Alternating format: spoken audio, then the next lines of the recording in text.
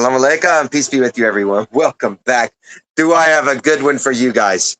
As you see the title here, the Kone Klub Kult. Well, the title alone tells you, understand, is a cult. So I joined this live podcast here.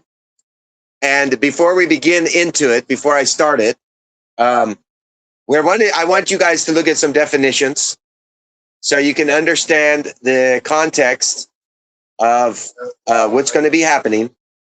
So here, the man asks me a question. So we're talking about the books, and we'll get into it. You'll see this. And he asks me a question of how to determine whether when you read something, if it is allegory, if it is literal, if it's figuratively, how do you know how to interpretate it? Now, everyone, there is a way, academic manner, of how you determine what something is when you read it, all right? But this is not the funny thing. This is his illiterateness, yes. But this is not the funny thing. The funny thing is this. He accused me, and he denied it. So we're going to watch the video so everyone can actually see that he's flat out lying. He accused me of steelman. His argument is what he was saying. Steelman his argument. He's accusing me. It's called a fallacy of fallacy. So he didn't understand what it meant. He still doesn't. They tried to play like I don't understand. First of all, you did not even make an argument. You asked a question. You didn't make an argument. Number one, you didn't make a fucking argument. You asked a question. I gave you an argument, but literal answer to your question. Not even arguing, I wasn't. So I want to show everybody the definition.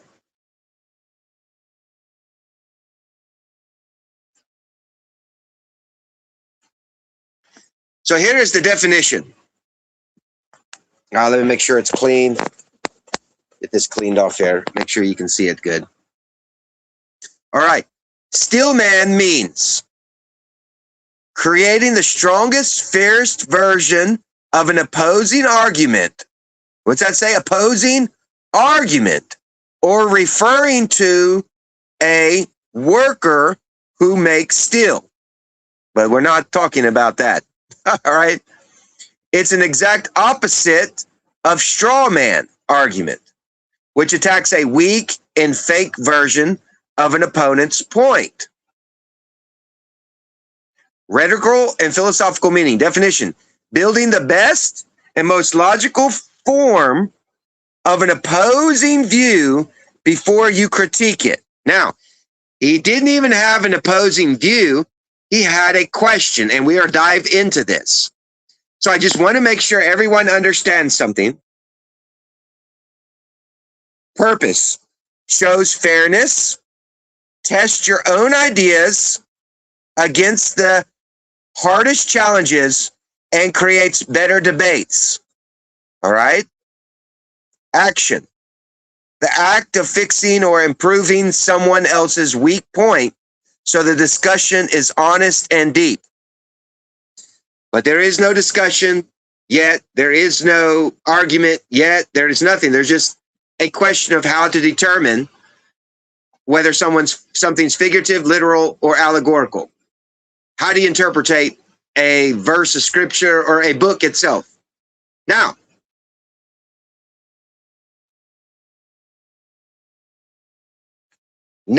I want to address this to this guy. I tried to be so nice to this guy. I really was. I was trying to be nice to these people, and you'll get to see it. He kept saying, he changed his statement after he Googled it. He Googled this, pulled it up on stage, and tried to play like I didn't know what it meant.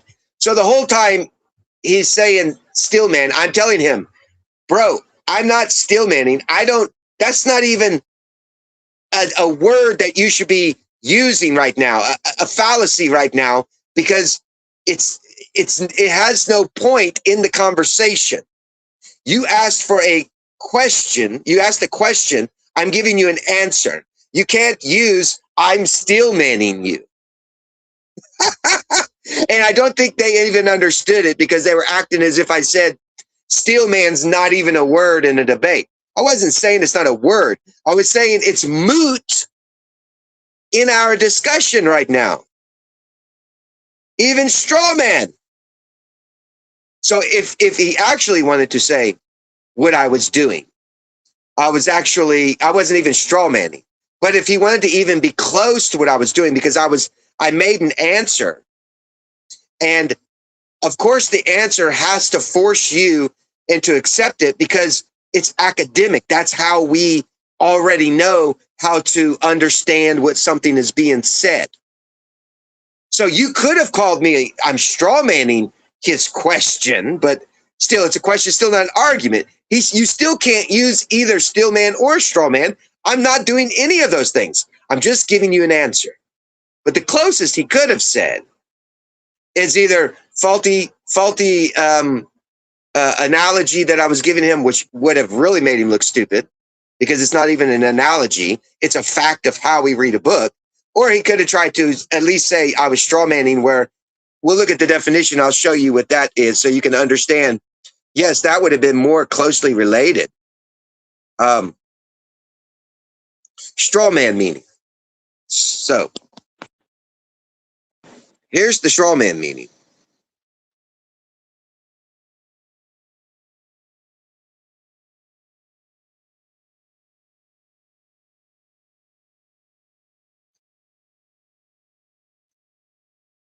A straw man is a logical fallacy, a front person in business, or a literal scarecrow. So logical. It happens when someone twists an opposing view into fake, weaker version and attacks that fake version instead of the real point. But he asked the question, how do you read the book and how do you make a determination? So I gave him the answer, and you'll get to see the answer. Actually, I'm going to show it to you later on at the end.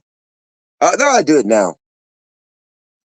What methods do we use to determine whether we use a book's writing and paragraphs, whether we take them as allegorical, literal, or figurative? All right, you ready for this?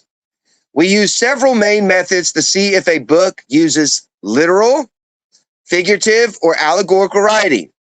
Literary context, right? Context is important. Author intent, and genre analysis, which is words, alphabet. Sometimes sentence clues, words next to the next, show if it's a joke, right? So words, text, letter, the whole book flow, the style of the book. Time and culture, knowing when and where the author lives helps us to see how people back then spoke and wrote. Slang, in other words, certain slang. All right. Author intent, direct statements, other works, historical works, genre analysis, history books, fables, myths, poems, and songs. Right? You see all these things. So I just want everyone to get this understanding so that way you will clearly see how these guys are complete charlatans. They acted as if they were wise. They tried to make me look as if I was uneducated and tried to make fun of me being a scholar. You'll get to see this. This was hilarious. I wrote in their comments, like I said, real academic scholars are going to have a heyday laughing at you if they were to ever see this video. So I'm going to upload the video for all the scholars to now see you, sir. They're going to see you now, all right? And everything that you were saying. And all the people that you had join to try to attack me. And then because they couldn't defeat me in a logical, reasonable way here, they had to, of course, revert back to ad hominem and started to attack my character, what I look like, all this other stuff. You'll get to see this. So there's the method. Straw man, still man. We got all that out of the way. Now, let me put up my link here and let's start the actual fucking video. You guys are going to die laughing. I'm telling you, all the scholars at my channel. Oh, man, I hope. Was that plugged in? Was I even plugged in? Oh, man. Don't tell me that I wasn't even plugged in. That you didn't get to hear me. Hang on. Hang on a minute. Oh, my God. I hope you got to hear me. What's going on here? Come on. Get back to the captain.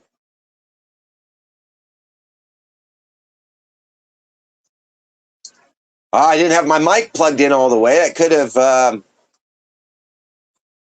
messed up my audio. Let's see if my audio is working.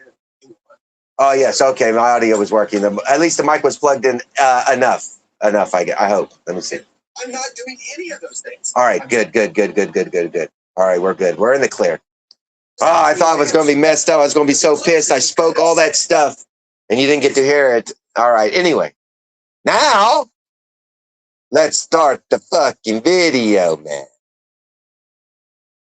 Go to my library here. Go to the video here. Hit pause real quick. Let me copy my link, put my link up, and we're going to get this situated. I'll be right back. Hang tight. It's coming.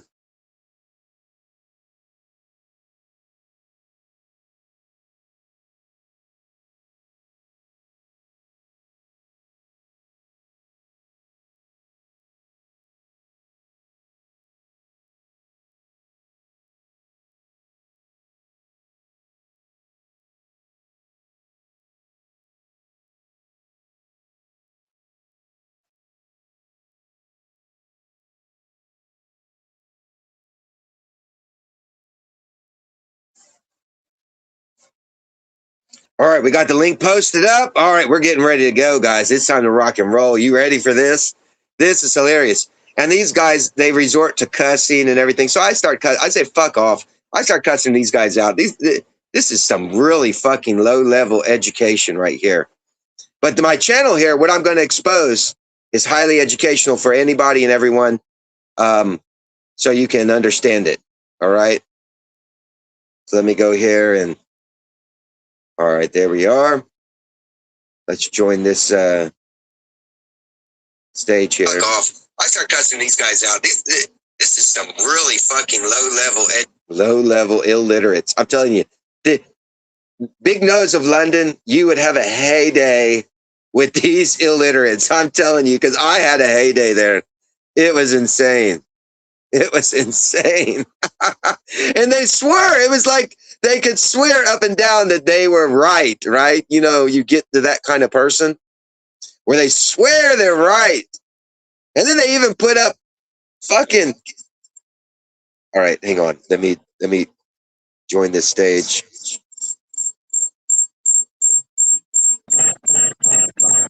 All right, we're going to have an echo. Let me take myself out of here. All right, let's make sure that everything is working on my end properly before we get started. Hit it here in this mic here. All right, there, very good. All right, everyone, welcome. Let's get going. Let's plug this up. Get ourselves situated. One of these days, I'm going to have an up-to-date system rather than doing this like I'm living in 1980.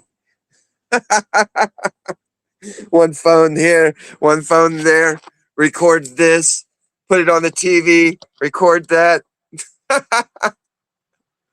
Right? All right, hang on. Let me scroll this up. Hey, is this not showing everything? What's it look like here? Well, let's see. I guess that's okay. I can pull it back a little bit. There we go. At least that way we can try to get the whole imagery of the show in a better way. There we go. Without, well, come on. Let me use both my hands. 1980s. Here I am. All right, you guys, ladies and gentlemen, here we go. And to crank up the volume. You got actual language. Now, these guys also didn't realize that before I joined the stage, I cranked up my volume louder than anyone in the settings to make sure I was going to be heard in case these people started. Because I had watched the program a little bit and I saw their attitude and their ego. So I was like, oh, I got to crank up my volume. These people are going to act stupid. All right, so here we go, ladies and gentlemen. The Kone Klub Kult. Not my words. They call their own selves a cult. We have the dissection of the Calvinist deadbeat dad over there with the Calvitards there at Beckel's side. So we have a couple guests here. Someone I do not recognize before. Jared's here. Jared, you come on in. And I don't know you, sir. Captain Skeleton? Is that what that is? You're muted, by the way. Yeah, see. So, okay, I'm muted, but I'm not. I'm not muted. He doesn't realize what I'm doing. So I'm about to lower his volume and all the guest volume and then crank mine up. So I'm going to take over his show real quick. So I leave and I get that set up and he doesn't realize. Because like I say, some people are illiterates. I wanted to engage with you a little bit on the whole children of God thing. So right now, understand what I'm doing is I'm setting it all up, make sure it's all right, and then I'm going to come back on stage. Watch. Human beings are children of God, like in a temporal, physical sense. In a physical sense, yes. Okay, so there's no one that exists that God's like, oh, I didn't see you popping up out of reality. Like he knows everyone that is going to exist. Okay, let's try this again. All right, Captain Skeleton, let's try that again. Peace be with you. Can you hear me okay now? Yes, now we can hear you. Okay. It was a setting. I go on different streams, so I have to reset my settings in StreamYard when I come to a StreamYard stage. I get you. No.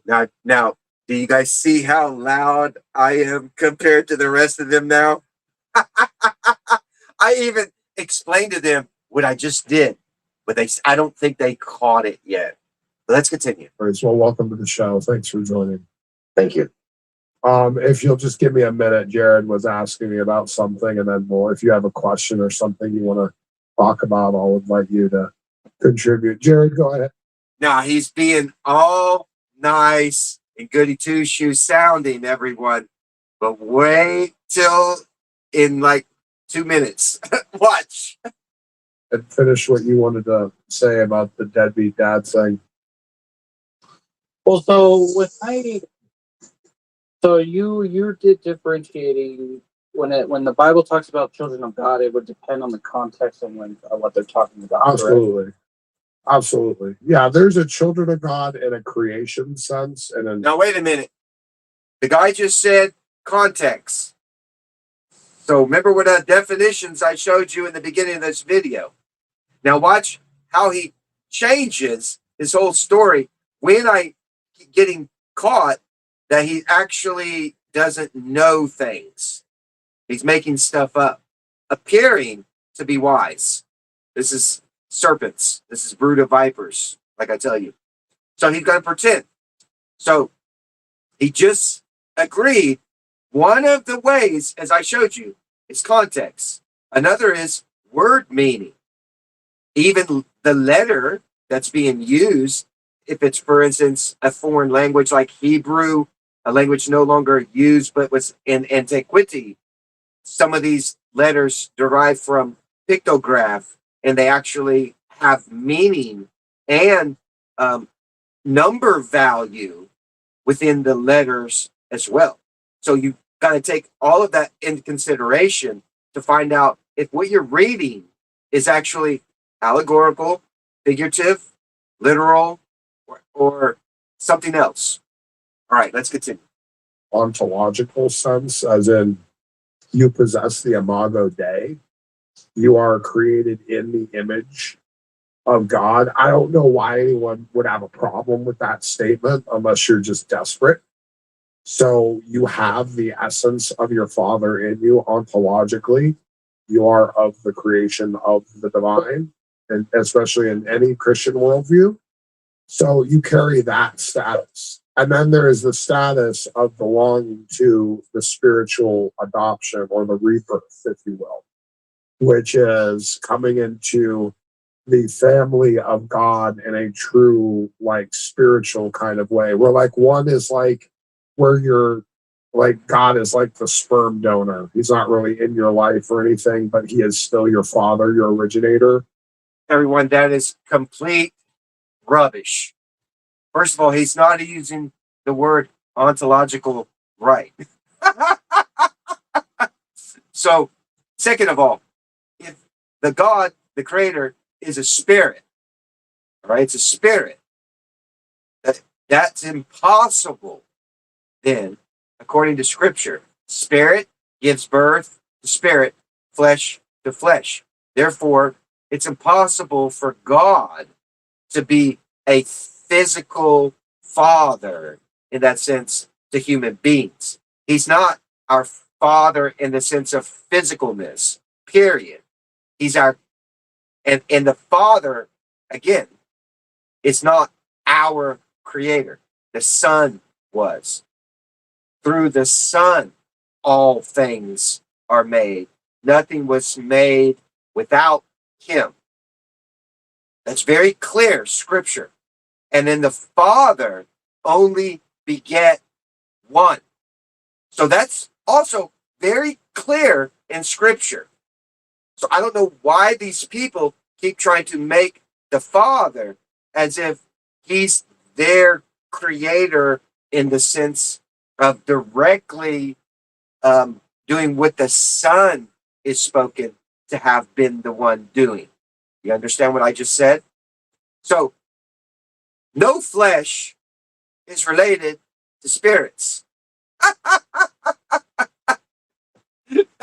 What the fuck? Spirits can be related, like jealousy, hate, and anger.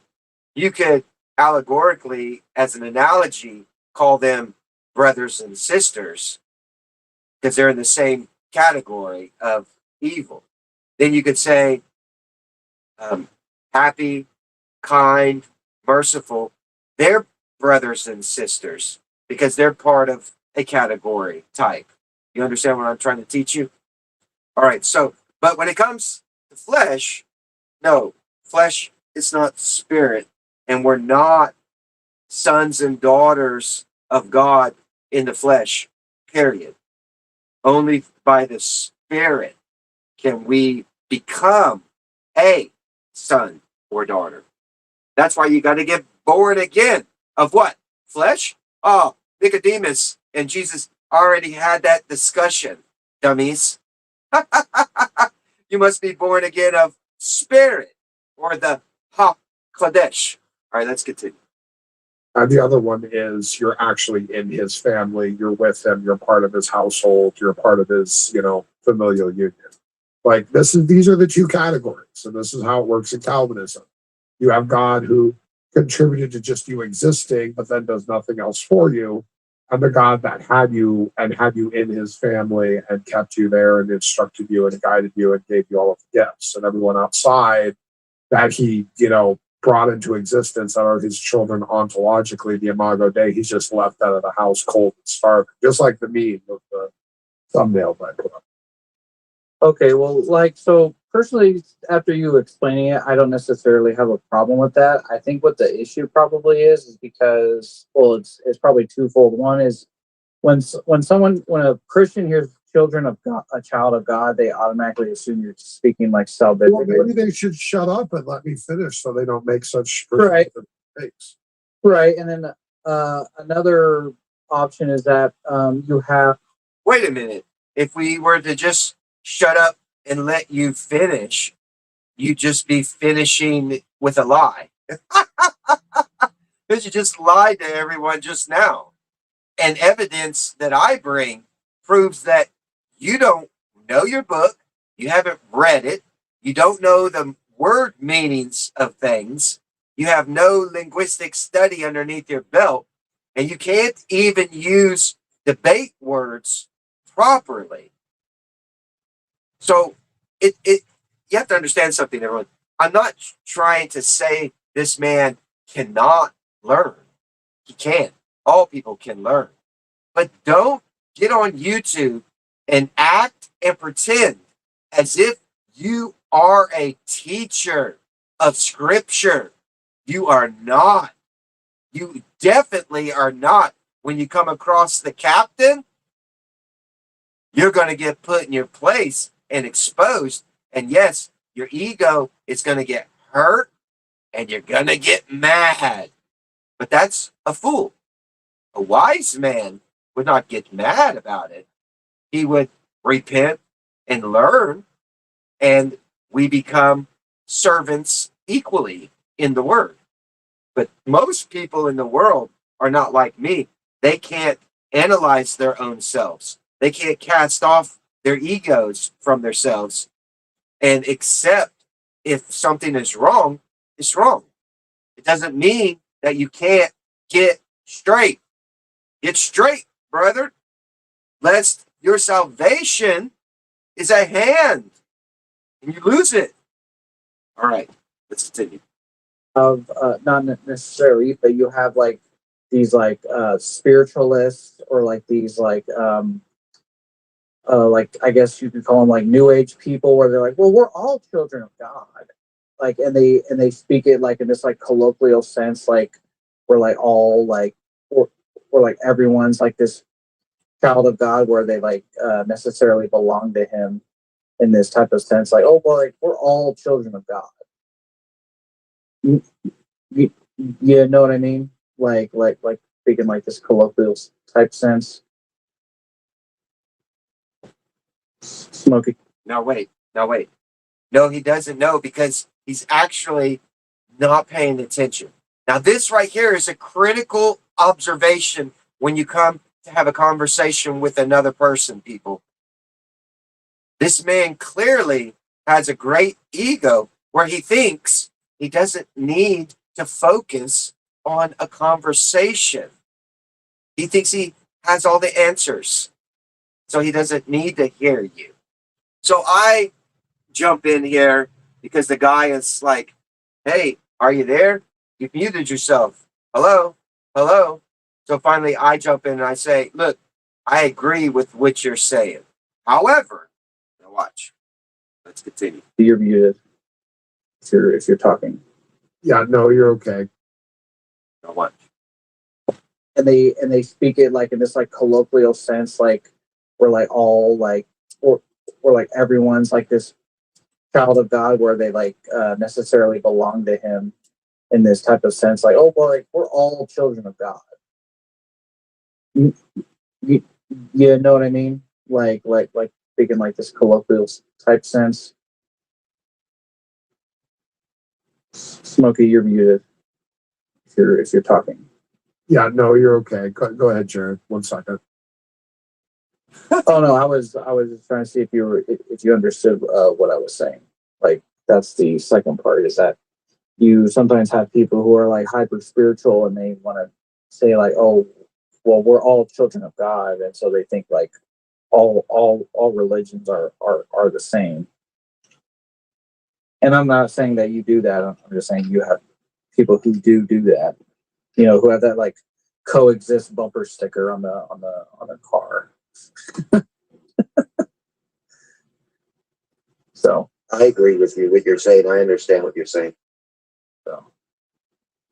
So that's probably like the two part, but yeah, you're right. People should just maybe ask what you mean when you say, "Oh, we're all children of God." Yeah, not just be so quick to be hostile and be like, "Well, no, that's not true." So now that you explained it, I kind of agree with you that yes, we are all children of God in regards to creation. I think the problem is that there are individuals who take it too far and think like, okay, yeah, since we're all children of God, that means we somehow, are in the sense saved, or we all have the spirit. Let's stop right there, because I don't agree with that aspect. Because what did Jesus say? Who is my mother? And that's a critical understanding of why he did not say father. He said, who is my mother, my brother, my sister? Those that do the will of my father. And the reason he added the feminine of mother is because the Mayim also did the will of the father when the Ruach moved across the Mayim and created light or spoke light. So the Mayim even was submissive as a feminine attribute, submissive to the masculine, and allowed the creation to come about as light. So I disagree when you try to say that we are all, as flesh, children of God. No, because even Jesus said, only those that do the will of my Father is my mother, my brother, my sister. Let's continue. Spirit, or we all have the Holy Spirit in a sense, and that's just not true. Well, I think Jesus said it best, didn't he? When he said, who's my mother, who's my brother, who's my sister? He never even mentioned the Holy Spirit. He said, those that do the will of my Father, that's my mother, my brother, my sister. Yes, correct. And that's and Jesus wouldn't say you would have to be born again if we were all, if Yeah, you would have to be born again in order to be following the will. Right. So. But wait a minute. You just got finished agreeing with that guy. Now you're agreeing with me? You can't have your cake and eat it too in that manner. Which one is it? Am I right? Or are you saying that we're all, because we're all creation, that we're all children of God? But I clearly gave you a different perception. No, we're not. And now you're going to agree with me, but also at the same time hold the agreement that we're all creation, therefore we're all children of God? That can't be true. Two things cannot be right at the same time. In that sense, it's complete opposites. Not doing the will and doing the will. Creation remains the same. We're all created. But who's doing the will of the Father and who is not? That makes the determination of who's a, quote, family of God. All right, let's continue. And that's whether it's flesh or spirit. Because as you see, flesh, spirit animates it, creates our soul, which is work. That's how we know the fruit of the tree. All right, let's continue. Yeah, but he never mentioned Holy Spirit. I have a problem with that, is the only reason I said that and mentioned that. Because, see, I on my channel, I write thesis papers and dissertations. And when I read all the books, I reread the books and I kept out all doctrine. Anything that is considered dogma that is in our history or past, I escaped it all and left all the biasness away. And I took strictly to the words of what were written in books. And I studied linguistics of all the languages where these books were translated from. So that's why I say certain things, just to get you to understand me, where my perception is coming from. I don't believe any religion today has the absolute understanding of what they're reading, because they're following the book based off of a doctrine or a dogma that came before. Now understand what I just said. I don't believe any of the religions and their interpretation, their doctrine, their dogma. I didn't say I don't believe the books. The books are correct when you study them the way I study them. And they're all in agreement. No matter what religion name you claim, the book was first. And all the books agree. If you understand what the books are saying. Religions, however, have created many interpretations that are in fallacy, linguistic and interpretive. All right, let's continue. Then Jesus said, many will come in their own name. That's the name of religions. Many come in these different names of religions, but none of them know the truth. And they make up a lot of things, as Jeremiah chapter 8, verse 8 tells me. And the scribes did it in vain. And they even took God's name in vain, which is the third commandment. Don't take the Lord thy God's name in vain. So when I read how Moses wrote God's name 3 different ways in the Hebrew, which has its very specific meanings to it, and I look at the translations that they did linguistically, I see the word God, or within Islam, I see ALLAH. And to me, these are all generic. They're not even what was the original understanding of God. And they lost the meaning. And then losing the meaning of his name, that's why it's a commandment, that you completely lost the doctrine. You've lost what was being taught by God and the work that he was performing through the Son of Man. So I was, listening to Calvinists. You guys were bringing up Calvinism. And I was asking, what is your view as are you Calvinist, and what is your belief? I've heard of it, but I've never really spoken to anyone who claimed they were Calvinists. Well, I'm not a Calvinist. As far as I know, Jared isn't a Calvinist, although he's toyed with reform in the past. This whole stream was honestly about mocking Calvinists and their deadbeat dad. That's kind of what. Yeah, I heard that. Okay, so you admit Satan is attacking Satan. Okay, I understand. So Calvinism is a fallacy, but also once I've heard what you guys are saying, just a short while, and what you've discussed just in the short span, you're also in error. So you're another doctrine of a devil. So you're also a Satan, an adversary to the word. So it's Satan fighting Satan again. Let's continue. Where that guy was yelling and claiming to be a Christian, but at the same time cussing everybody out on the panel. Which one was that?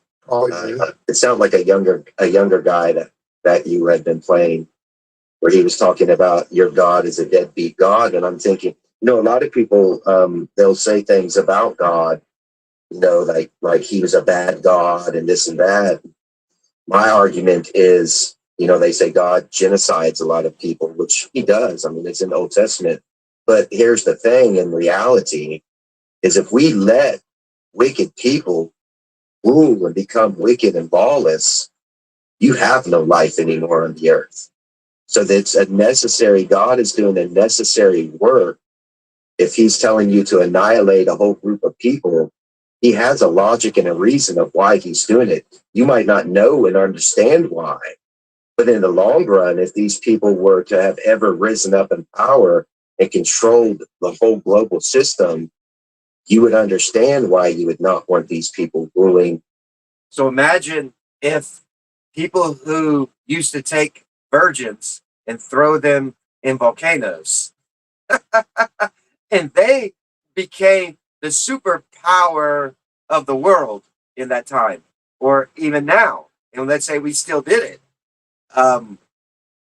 Would we have any wives anymore? Would we have anybody to get married to? That's what I'm saying. Sometimes certain work that's done in the world has got to be genocided, has got to be stopped. Just like what I'm doing here, when I come across podcasts and people who are claiming that they know the scripture verses by the interpretations that they give and lead many people into wrong ways and paths, I have to put a stop to you and kind of genocide that thought and give you evidence of a proper truth. So that way, these kinds of people don't rise up in power. I mean, if you look at our society today and the governments that are in our society today, remember Rome fell, so we don't have what Rome used to be, but we have versions of those different kinds of mind frames, but they're in a greater spectrum or a lesser spectrum of what they once were. When we look out on the world into our governments, you can clearly see, some fallacy that, let's say, governments are saying that this and that is okay to do, so let's legalize it.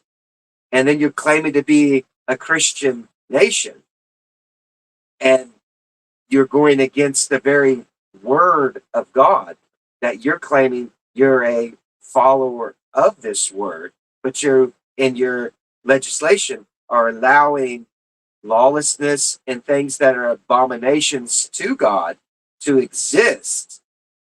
No, that you can't do that.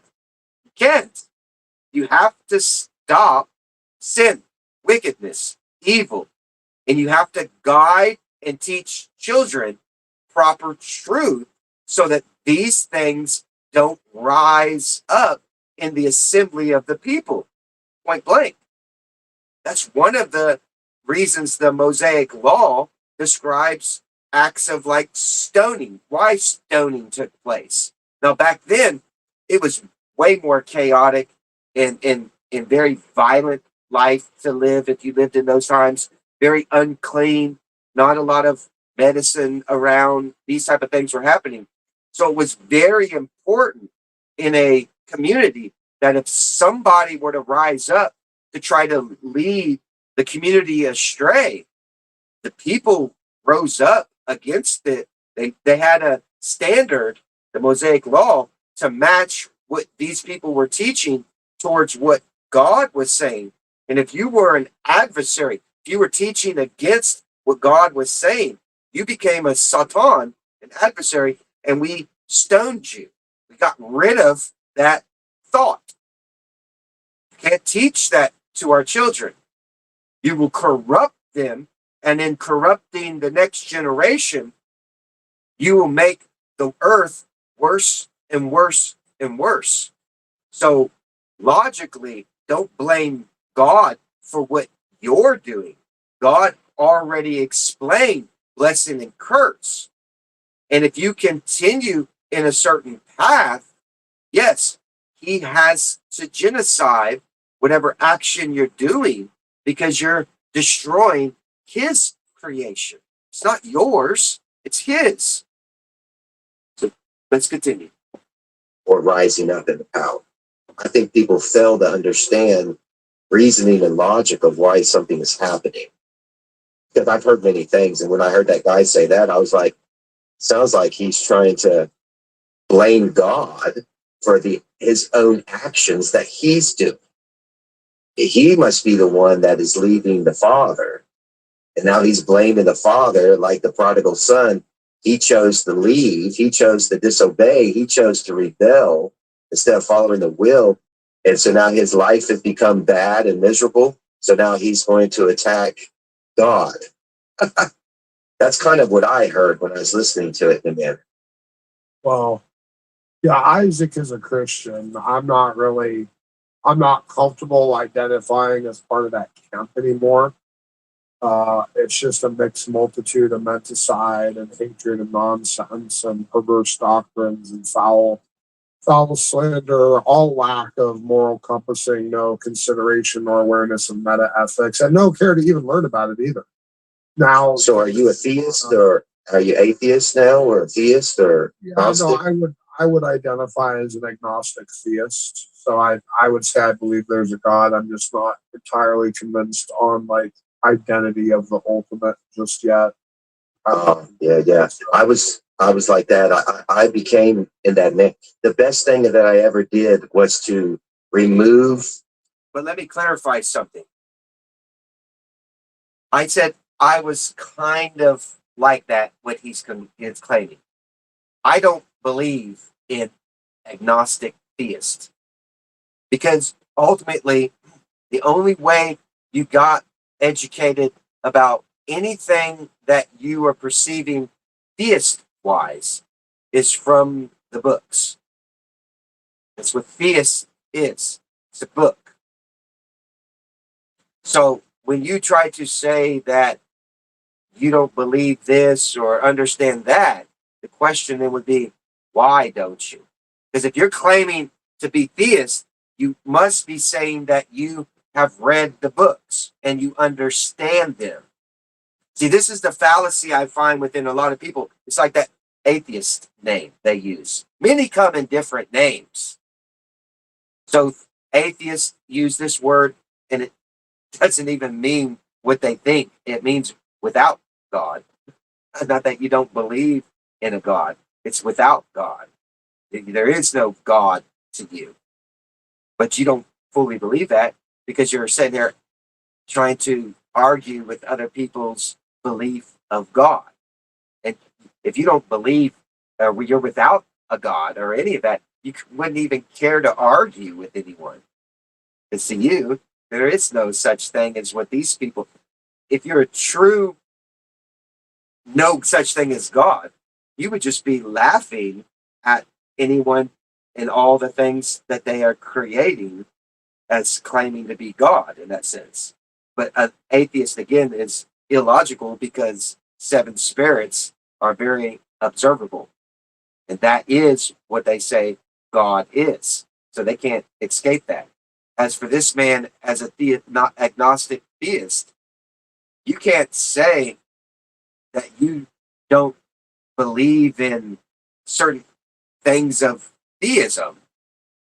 It is a doctrine then that you find the fallacy with. But if you can't, correct the doctrine, then you yourself are in that same fallacy of being illiterate and uneducated in the theism of what the book is saying. That's just facts. So many come in their own name and create things, but they're all foolishness to me. It's all foolishness. All right, let's continue. Let's come. Any doctrine that is from any religion and just go and learn the book and learn the language, the word meaning of it, and you're going to find things out that are enlightening. They're true. It's true. But then you're going to recognize all of these religions are all liars. It's a money-making scheme. None of them have the truth because none of the books are saying what it is that they are repeating as a doctrine. For instance, I could ask you, since they use this word God, what is God? Well, what would you answer?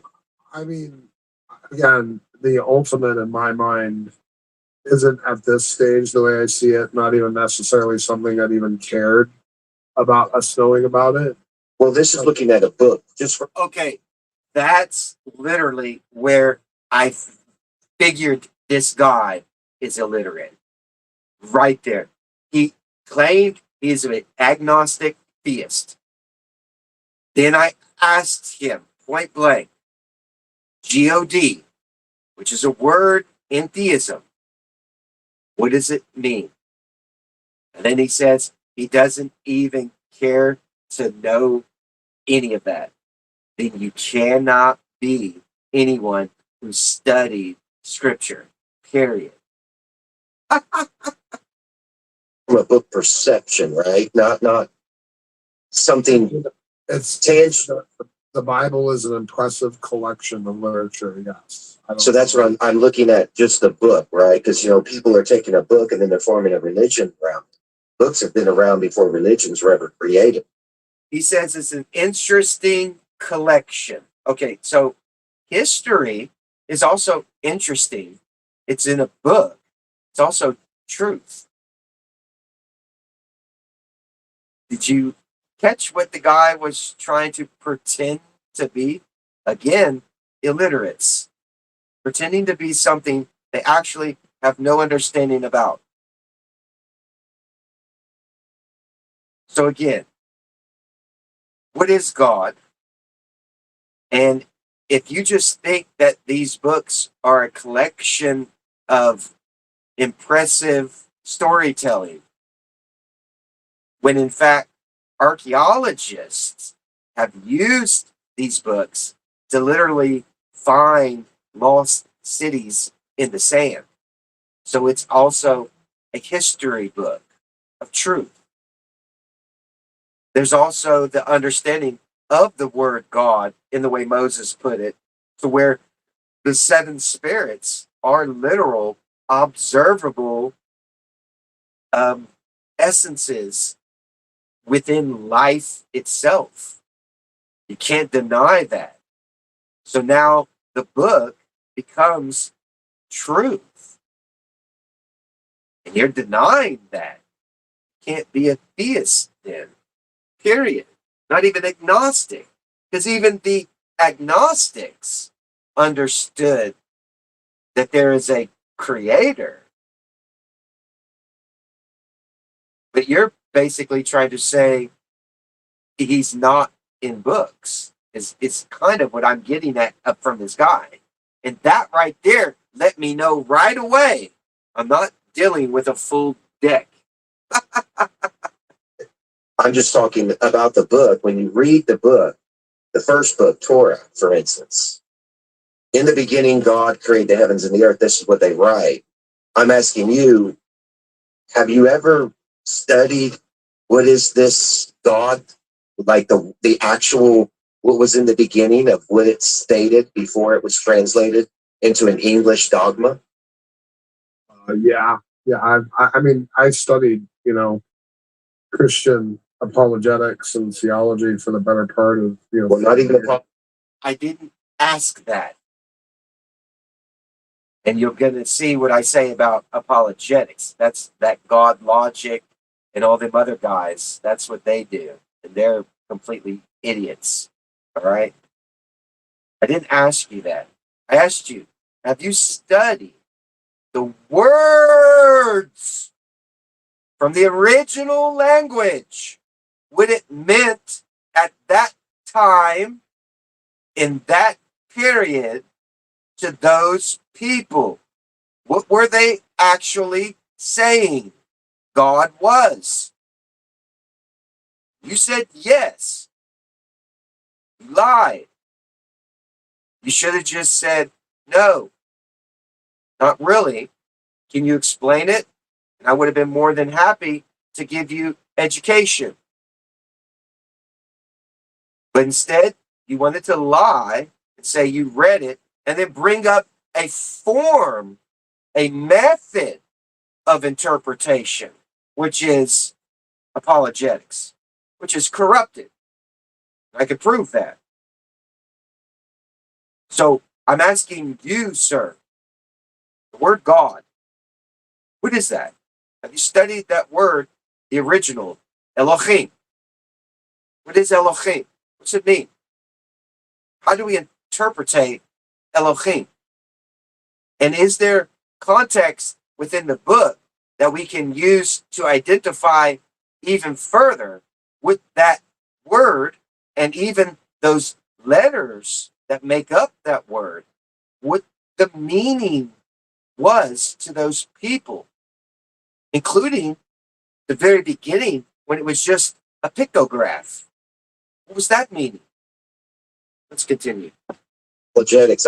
I destroy apologetics. That's nonsense. They too are nonsense. Well, So the word God.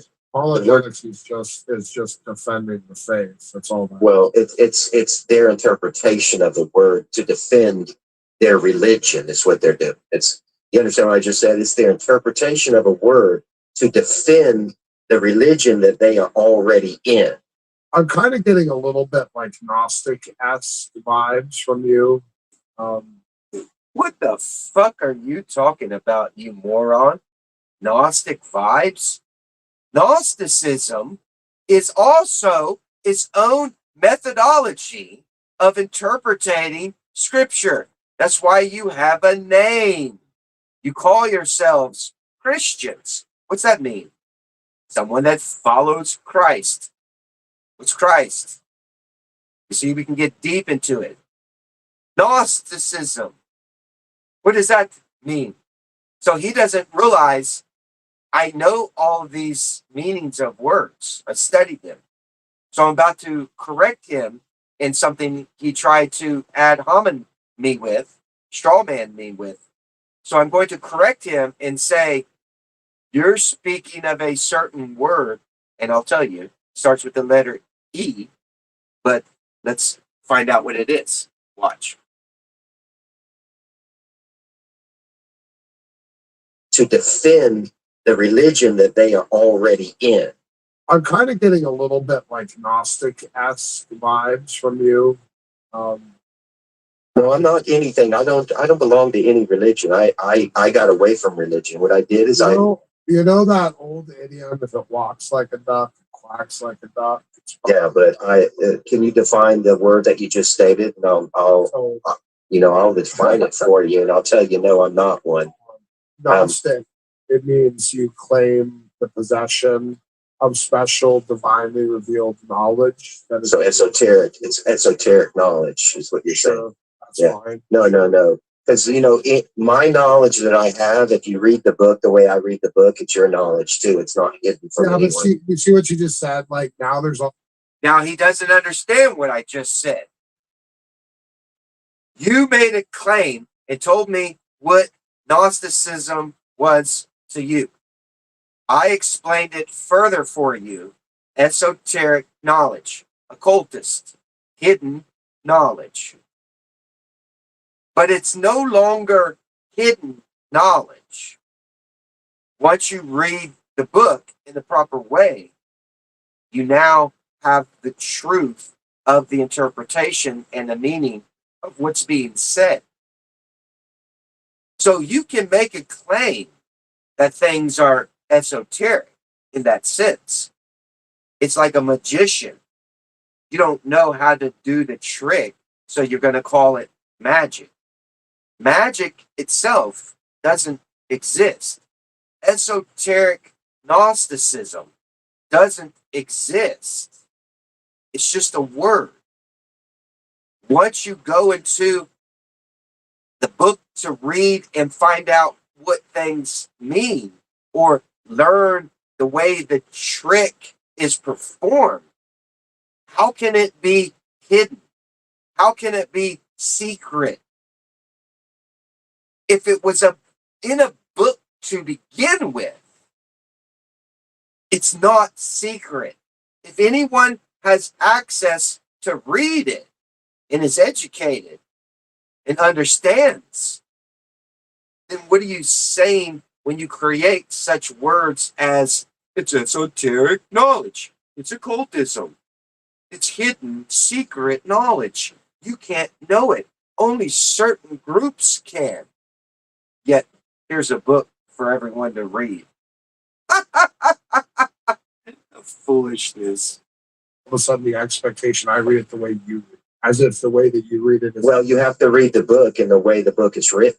You understand what I just said? Well, let me ask you this. So he doesn't get, he's trying to press on me, again, strawmanning me, as if when I say the way that I read the book is wrong, and he's trying to say, oh, but you read the book one way, another reads it another way, another reads it another way. I just got finished explaining to him how I read the book. There's a methodology that's academically understood. And if you don't read the book in this academically understood manner, then yes, like all of those that you just named, Gnostics, apologetics, Calvinists, you're all going to have a false interpretation because you didn't read the book right. You don't know the words properly. So you've imagined in your own mind something that's not even there. I look at the book and I see what's there. And when I ask you, tell me what this God means to you, and you can't, that means you haven't read the fucking book, bro. Don't lie. If someone were to ask me, hey, Chris, what's this God word in the Torah? Did it have a different language to begin with? I would answer you, oh man, you're right. Yeah. And you know that word was Elohim. You know what Elohim means? No, Chris, tell us. I'll tell you, and I'll give you source and evidence to prove that Elohim means what I'm going to say, 7 spirits. And you can observe these 7 spirits, which is observing basically God. It's that simple. It's not hidden. It's not secret. God's not hiding away for you not to know him. He wants you to know him. He wanted you to know him so badly, he sent his only son to reveal him to you through the Spirit's Son. And you still rejected that. Let's continue. How do you know your way to read it is the correct way to read it? Okay, so in, the word in has a meaning. It's a word that is translated, the word in No. the beginning. That's what we're. Now here's remember, this is the question at the very beginning of this video. I told you he wants to know a question. He's going to ask a question, then he's going to use steel man falsely, fallacy of fallacy, not understanding these things. Here I'm going to explain these. But right now, he wants to know the method. How do you know the way that you're reading it is the correct way? Now, earlier, remember, I showed you the academic, agreeable way to understand what books are: figurative, allegorical, literally, certain paragraphs, certain sentences within context. Not the whole book can be taken as just a literal thing. You must read it, and certain paragraphs could be figuratively, but not the whole chapter. So again, context and words, identifying meanings, looking at author intentions, so on and so forth, lets you know if you're reading the book right. That's it. He doesn't understand it. So watch what he says. I read it the way you read it, as if the way that you read it is. Well, you have to read the book in the way the book is written. You understand what I just said? Well, let me ask you this. How do you know your way to read it is the correct way to read it? Okay, so in, the word in has a meaning. It's a word that is translated, the word in No. the beginning. That's what we're reading. I'm not looking at outside source. I'm looking at the letter I know. Okay. of the word and telling you the meaning. This way you're telling me to read it. How do you know that this is the correct way to read it? Okay, so if I were to say the word in and you speak English, in has a definition. It's a meaning. What does it mean to you? In linguistics, it can't mean it's not a dog. Doesn't mean dog, right? You're not answering my question. Like let me try and reframe the question. Maybe you'll get it. Maybe I'll get it. Bro, you don't even fucking know what the hell you're talking about. See how these people act as if they're wise and they're complete fucking fools? Complete fools. And they have a big ego. Peace be with you, DeFreak. I spoke to this guy yesterday, DeFreak. Complete moron. I'm sorry, DeFreak. He was a complete moron. Right here, you can see he's a moron. He asked the question, how do you know that the way you're reading it is the right way? DeFreak, I ask you, when you read a story such as Snow White and the Seven Dwarfs, or if you read a story about, who can we say that's more logical today?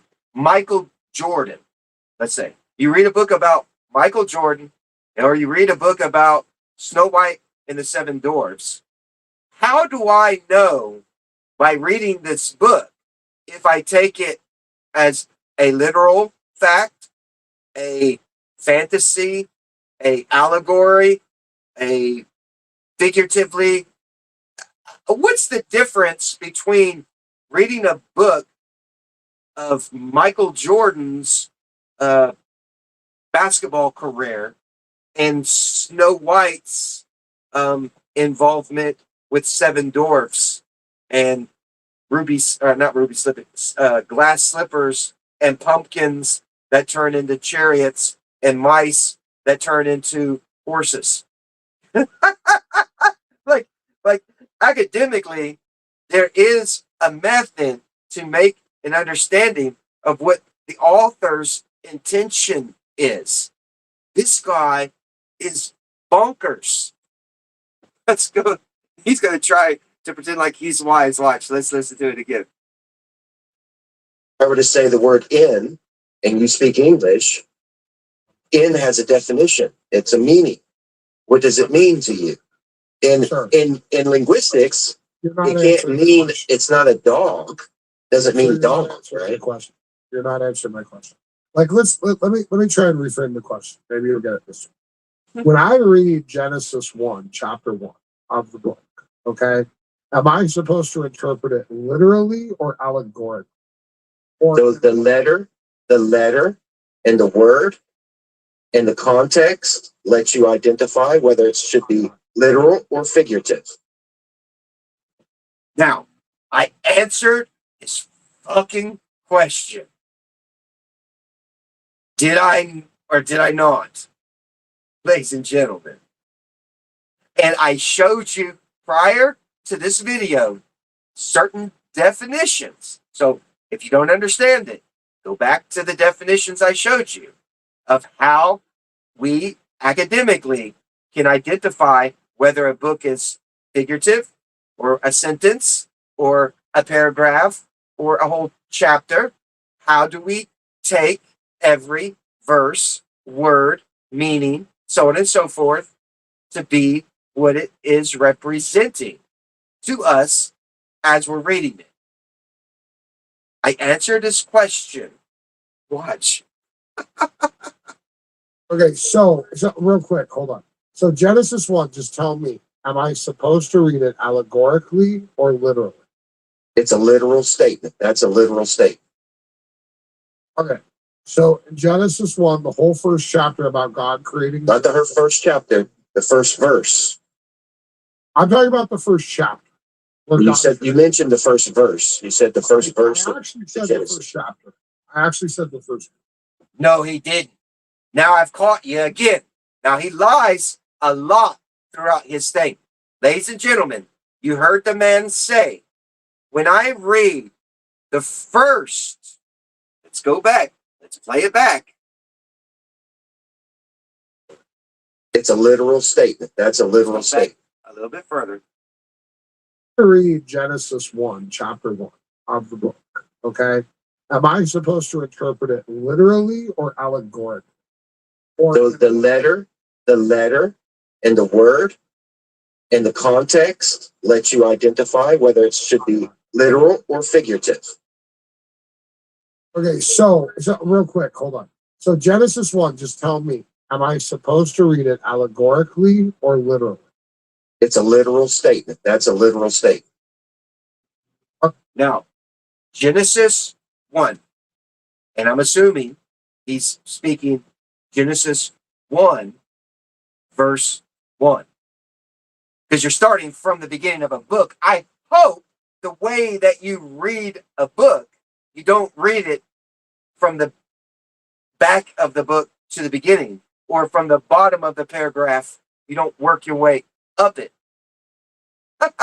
So I'm assuming that when he's addressing Genesis 1, he's starting with verse 1. That's why I identify it and say some of it is literal, some of it is figurative, some of it is allegorical. Context is important so you understand what the author is presenting. Let's continue. So in Genesis 1, the whole first chapter about God creating. Not the first chapter, the first verse. I'm talking about the first chapter. You mentioned the first verse. You said the first verse. I actually said the first chapter. I actually said the first chapter. I want to know, is the first chapter of Genesis, the whole first chapter where God is creating everything? No, because the first verse of Genesis is not all about him creating. There's other things in it that we need to analyze to find out. So, for instance, first day, it's night, it's day. And that's the first day. Evening, morning, first day. Is that literal or figurative or allegorical? So we need to identify that. So no, the whole chapter is not a literal thing. The first paragraph of in the beginning, God created the heavens and the earth was formless and void, and darkness covered the face of the deep. That's literal. That's a literal statement. Now, when we start reading a little bit further, how do I know night and morning and evening, the first day? And in certain created periods, we know that it takes time for plants to grow or this to come up based off of science. So we know that evening and morning did not just create automatically a whole plant. There's a time that runs through that. So we need to understand that as a figurative, allegorical statement that has another meaning within it that we need to identify. So how can I do that if within the whole book there are statements that say a day is like 1,000 years to God, and 1,000 years is like a day. So we can't take morning and evening as a literal creation time frame. We have to look at it in the manner that the author is presenting these things. That's part of what I showed you in the first definition, meaning you have to understand the whole book so you can gather more information to make a proper conclusion of what is being stated chapter by chapter, verse by verse, paragraph by paragraph, letter by letter, says Jesus. Letter by letter.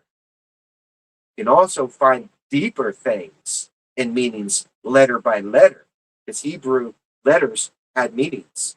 All right, let's continue. Okay. Am I supposed to interpret that literally or allegorically or analogically or metaphorically? How do I interpret that? In the context of the linguistics, the word meaning will identify whether it's a figurative or literal meaning. Okay. So within each paragraph, some paragraphs will be literal, some will be figuratively, some are allegorically.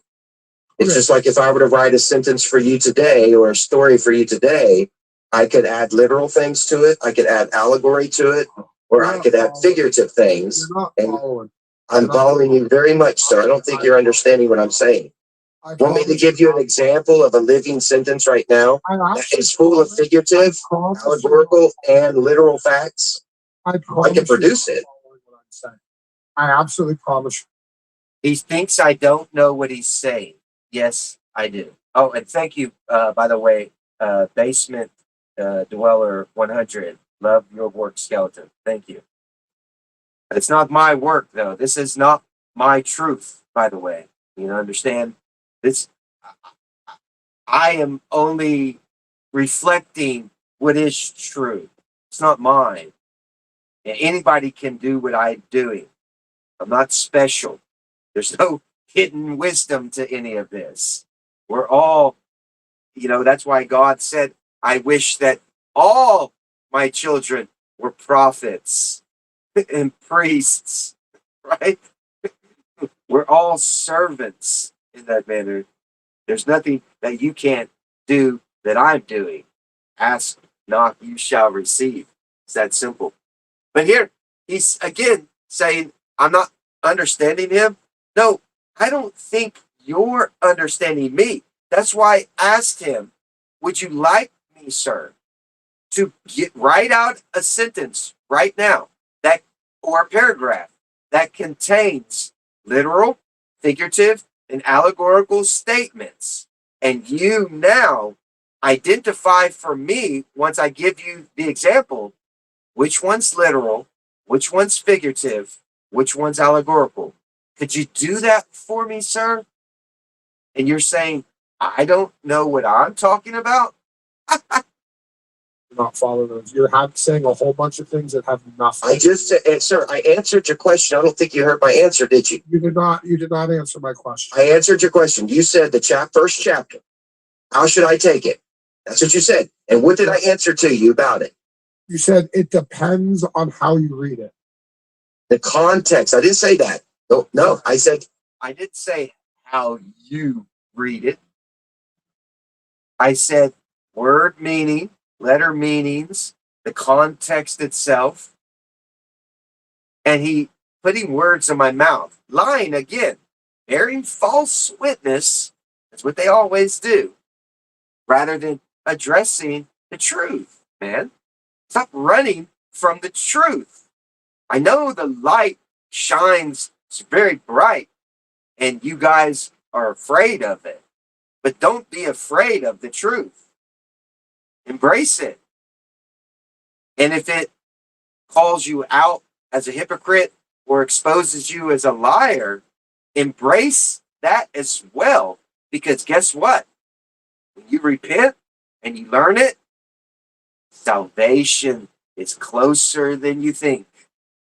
But you guys have ego, too much ego. context and the letter and the word meaning identifies whether you read it literal. Did you hear what I said? You focused, sir. I'm not trying to be rude to you. I'm saying, all right, is your mind focused on the conversation that you're having with a whole bunch of things that has nothing to do with the point I'm trying to make. You are completely missing the point. It has everything to do with what you're reading. Otherwise, if you go to school and you get something confused because you lack understanding, you're going to get a check mark and you got the answer wrong. It's that plain and simple. It's logical and reasonable. Let me explain. You're not intelligent. I can listen. I'm listening to you now, and I'm telling you right now, you are very uneducated, are you not? Beautiful. Okay. You're pretending to be educated. I'm sorry. I'm an actual scholar. I told you I was a scholar. I studied linguistics. I write thesis papers. Hey, guess what? And these things. Scholars would have control. And I'm trying to have patience with you by asking you to focus on I gave you my answer, and you did not hear the answer. Panel, shut your mouth. And now you begin. Shut. Listen, now he thinks he's my daddy. He's turned into a violent father. He's going to beat his children now. You see it? Yes. This is what they do. You'll know a tree by its fruit. I'm just using words. Sir, you're illiterate. You're very uneducated. You're pretending to be educated. You asked me a question of how do I determine how to view a certain book or chapter or verse. I gave you the proper academic answer. And now you want to try to bend me over your knee like you're my daddy? Are you weird? I'm a grown man, older than you. And you disrespect an elder just because I look young? You think now you're going to be a disciplinary to me? But this is the mind frame of people on YouTube. I tell you the truth, I've come across many weirdos. They all say I'm weird. They call me names. Charles Manson. Look, he has long hair. Oh, he's looking like Jesus. They make all this ad hominem stuff to me. But look at the way they're acting. So now I become pissed because what does he do? He removes me from the stage because that's the only power he has of truth. I'm going to throw you out, you bad boy. Get out.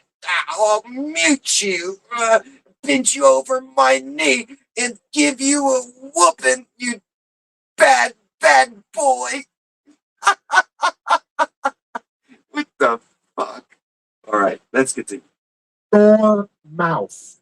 You are not going to run over me on my panel. Wait, let's rewind it again. Now, you should have seen when you watch this whole video. This is just my section. When you watch this whole video, you'll see how all of them are cussing at each other, making fun of each other, threatening each other. You'll see it all. But then when I come, I'm not doing none of that. I'm giving you truth, calling you out, exposing your lies. Now you revert to gnashing and grinding your teeth and want to attack me like you're my daddy and I'm a bad, bad boy. Watch. And I'm trying to have patience with you by asking you to focus on I gave you my answer and you did not hear the answer. Panel, shut your mouth. And now you begin. Shut your mouth. You are not going to run over me on my panel.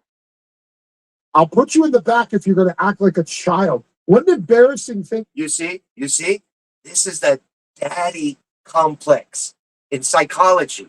Wait a minute. Well, I should bring up the psychological disorder because where's my friend Big Nose? He could tell you exactly what psychological disorder this man has right here. He's gonna put me in the backstage. First he says, "Shut your mouth," like he's a daddy. You know how you see some dads act towards their younger children. However, I'm not your child, and I'm not a young, immature person. It has this father syndrome in this manner where he's going to, I will put you backstage. I'm going to pull this car over right now if you guys don't settle down. What in the heck is going on with the mind frames of human beings anymore? Daddy syndrome. That's my psychological evaluation I'm going to give this guy. He has daddy syndrome. He's daddy to everybody that comes up here to his channel. I guess he thinks that.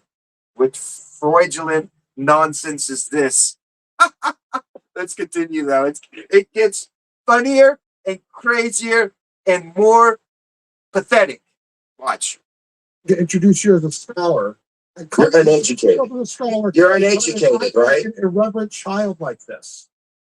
Well, I'll tell you, you'll never know. You'll never know because you won't shut your dumb fucking mouth to let me finish, will you? I don't need to listen to you anymore. You're a moron. Then fuck off. Go ahead. Fuck off. You cuss. You cuss and everything else. I don't get why do you have a channel talking about religion and then you sit there and you act like this? Irreverent retards like you that. See, he doesn't know that earlier, remember what I told you? I cranked up my volume and then turned theirs down low. They think that they're overriding me in his stream, but he doesn't realize, no, everybody's going to still hear what I'm going to say. Because I'm well aware of you people wanting to mute or kick me out and stuff. I'm not having it no more. You're going to listen to what I'm saying now. Because I'm tired of you people lying and stealing off of people and trying to take their salvation away from them. Remember what Jesus said, woe unto you who deceives even the least of these children. Children. Man, if you're claiming to be And listen to me, everyone. If you're claiming to be a minister or a rabbi, teacher of the scripture, I hope, I hope to God you know your book. You know the words, you've studied it, all this stuff. I hope to God you're just not ranting rubbish from a podium or from a podcast, because it says, woe unto you who deceives. Man, that's why I'm kind of afraid to do what I'm doing here. That's why I really don't want a big following. I could care less about likes and loves and all that. I could stay hidden and I'm fine with it. I could have 5 people that only associate with me. I'm very fine with that. But to have thousands and thousands of people seeing you teach something and you're lying to thousands of thousands and they start believing your cult lie in a manner, that's what scares me. That's why I've always critique myself. I watch what God is saying to me, doing. I'm very scared. I have fear of the Lord, like high, high fear of the Lord in doing what I'm doing, because it's not my sheep, it's His. And He says, Peter, do you love me? Yes, Lord. You know that I love you. Then feed my sheep.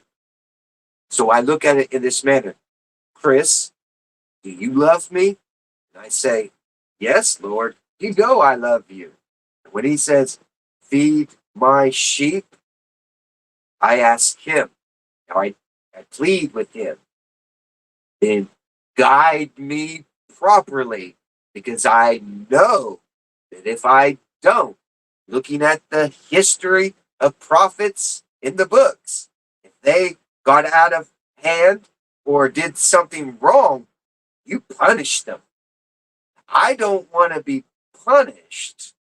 If you're asking me to do something, I most definitely will do it with all my heart, all my mind, and all my strength. But you better make sure I know what the hell I'm saying, so I'm not going to get punished, because I fear you. You understand? All right, let's continue.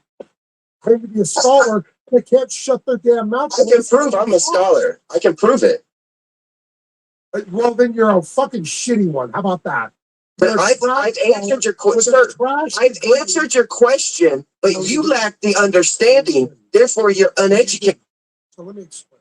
So this trash tard, so-called fake garbage scholar, is going to talk over me. So let me. Now, ad hominem me, while you have me off the panel where I can't defend myself, Daddy. Puppy, oh puppy, what you doing to me? Oh, habibi. Remove him, and now I'm going to call him names, trash him, and everything else.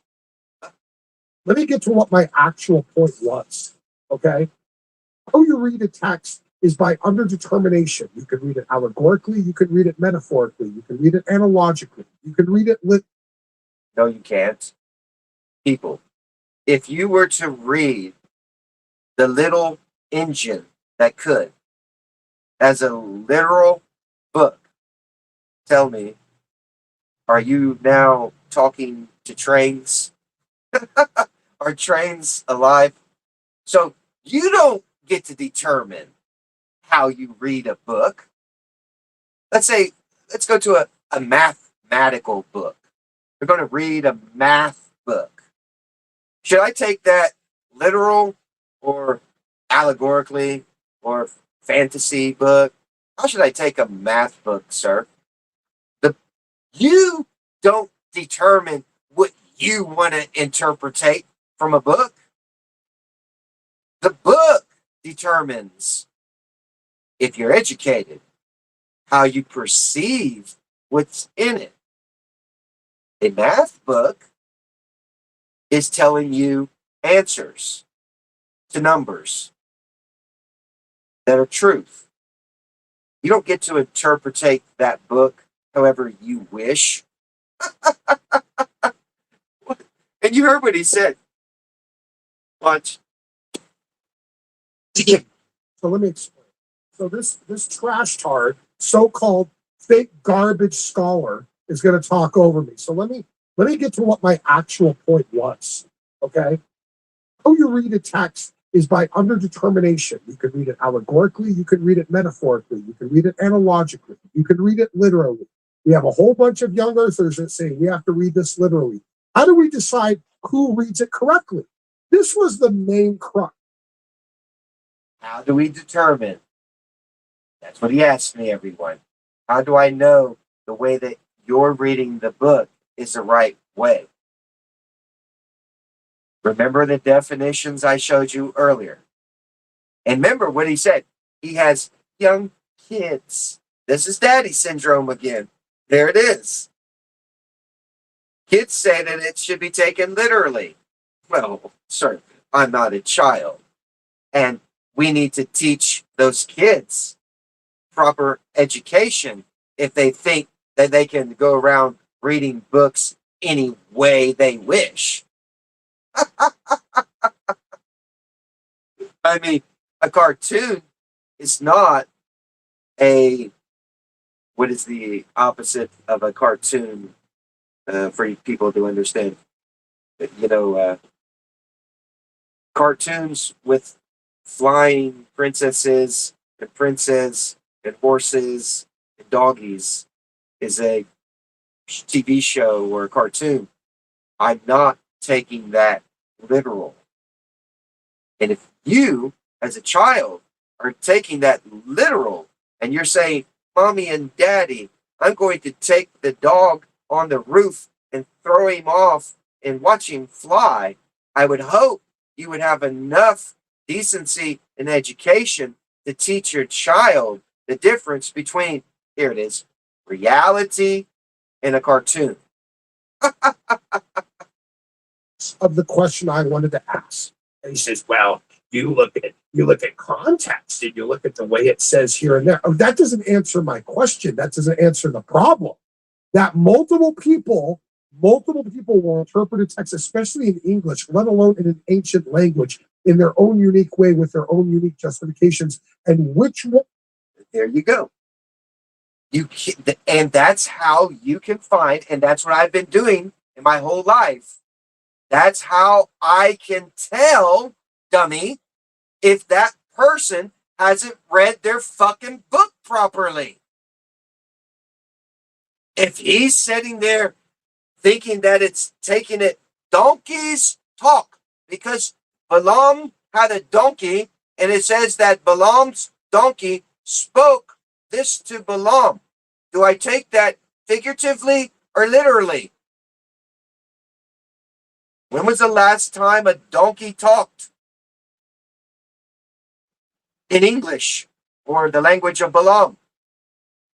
So there are things in context and in word use that make the determination of what the fuck you should take that text as literal, figuratively, or allegorical. Just like when Jesus heals the blind man and gives his sight back. Blind is a word. It has many meanings. Sight is also a word. It has many meanings. It can be mental sight or physical sight. Reading the context allows me to know the way I should be, not the way I want to, the way I should be interpreting the truth. Point blank. And this guy here has never been to my channel. So I'm going to tell you one time, sir. This James Frazier. I'm going to only tell you one time because you've never been here. If you write in my comics some section foul things or false assumptions, you get banned. You get blocked. Okay, James? Now, I'm trying to give you a chance. Just because I proved your daddy corrupted, don't mean that you can now come to my channel and want to get goofy with me. I'm not that kind of man. I'm not your daddy. I don't need to listen to you. You're not my son. You're not my child. If you write foul things in the comment section, you will get banned. Do you understand that, James? Yes or no? If you write one more foul thing, I guess he wants to get. See, these people, I tell you, they're illiterate. Again, I tried to be nice. I tell this guy, do you understand what I say? Don't write fake things. Don't ad hominem me and try to lie and say I'm doing things that I don't do. That's in your mind.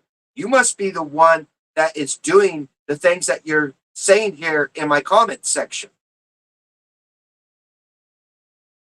So he doesn't believe me.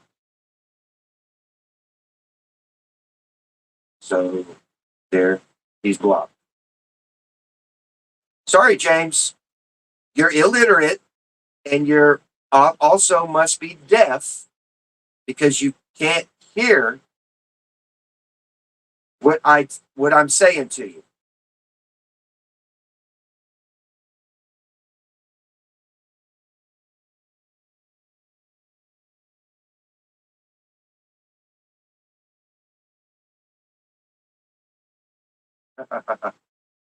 Now let's tap this again. Fine. Fine. All right, now let's see if it'll add to. There we go. Yes. All right. I'm sorry about that, the freak and basement dweller. You know, I'm going to try to start being more the way I actually am in real life, where I'm tired because I'm tired of dealing with low educated animals, in my view, of men who really don't care for studying truth. They come to YouTube and then they act like dummies. So let's continue. One is the correct one to take. This is what I've been trying to dig at. And he just wants to leave these vague, innocuous statements. Well, it depends upon how you read the context. Okay, different people are going to read the context a different way. Not him. You can't read context in different ways. Oh my goodness. Hey, the dog ran very fast. Can someone please identify the context of this sentence? The dog ran very fast. What am I saying? What am I trying to present in the context of my statement?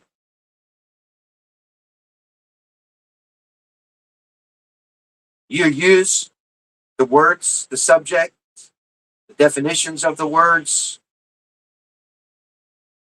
If I were to say and add to it, the dog ran very fast around the track.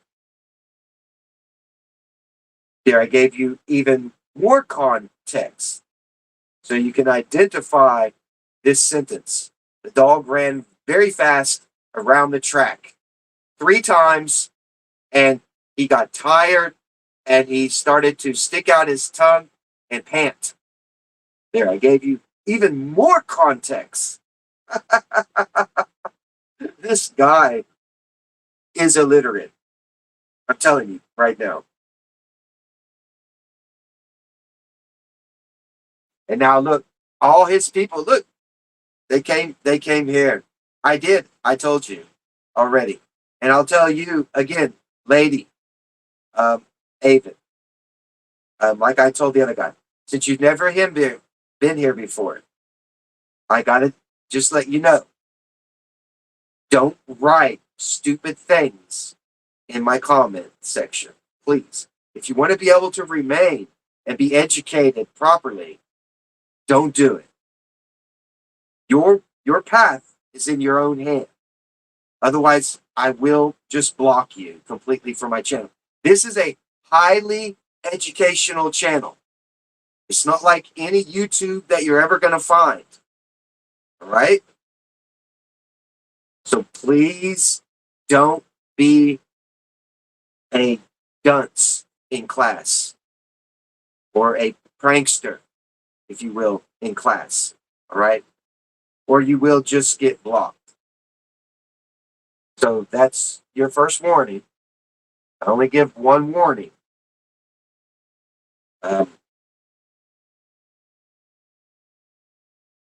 Yes, I'm on a public forum, but I also have the right as a moderator and a content creator to block someone who is violating YouTube policy. See, a lot of people, don't do that the way that I do. But YouTube is a community, and my channel is under educational. So I don't put up with nonsense.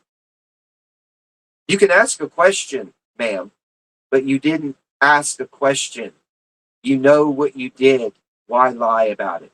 Only those that were on the stream of this gentleman here yesterday would even know me. So you being new, only know me. Here's another educational thing I'm going to give you for free. We can make deductions. So what is the chances of you coming to my channel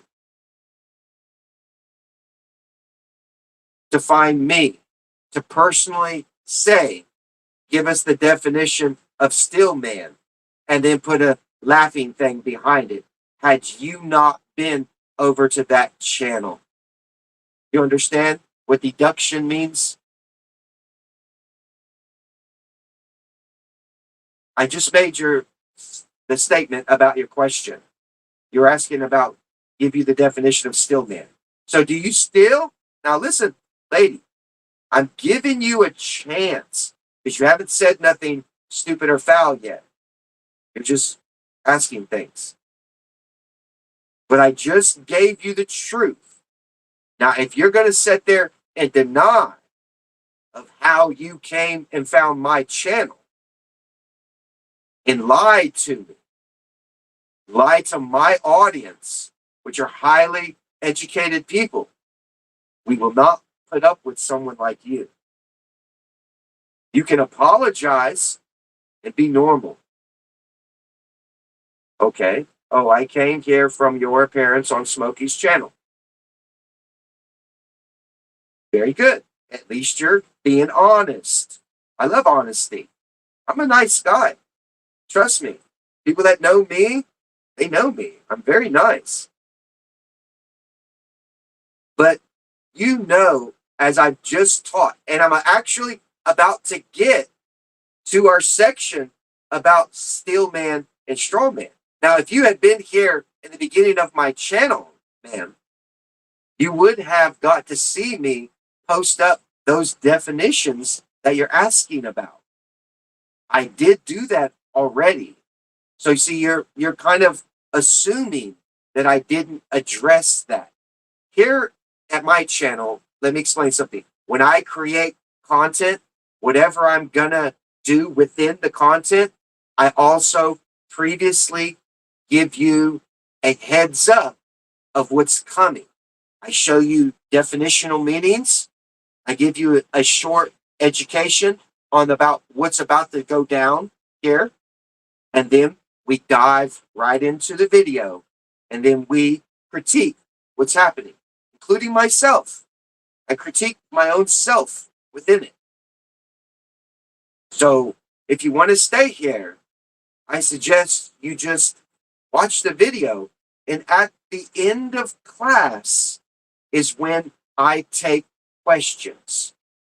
I don't take questions in the middle of class unless someone joins my actual stage, which I've said before, and all people know.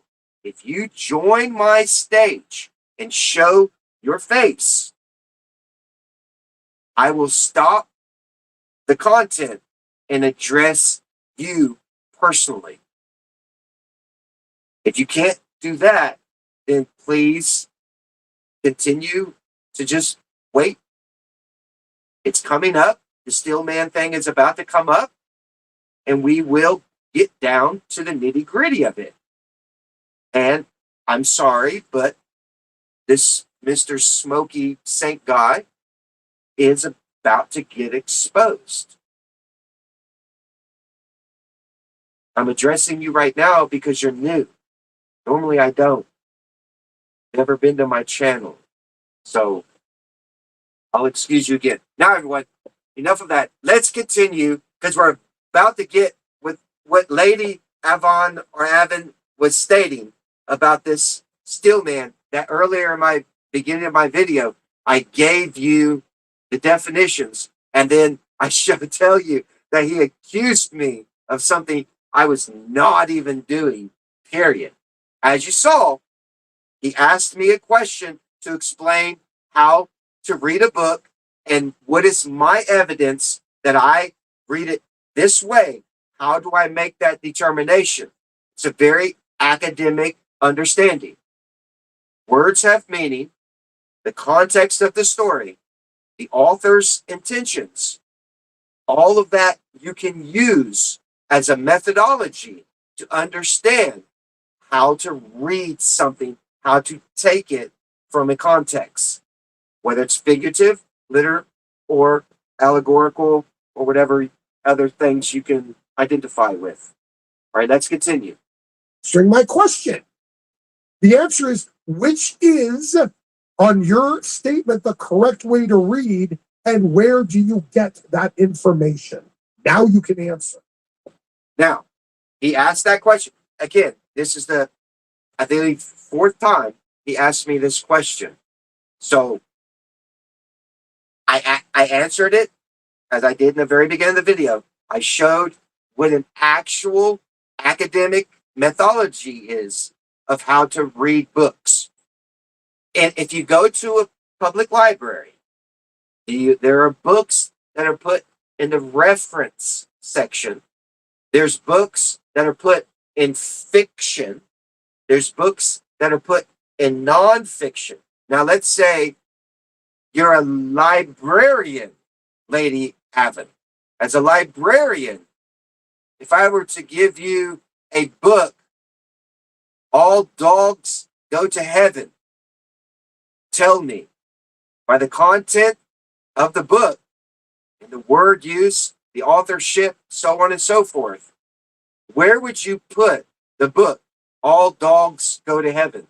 Would you put it in the reference section, the fiction section, the non-fiction section, the religious? Because there's also a religious section. There's biography. There's autobiography. Tell me, where would you place that book if you were a librarian running a library? Let's continue. The first answer I gave you was the letter of the word has a meaning. He's just going to repeat the same goddamn stupid thing. You don't understand that, do you? If I said I hit that woman last night and she liked it, I could be talking about sex. I could be talking about physical violence.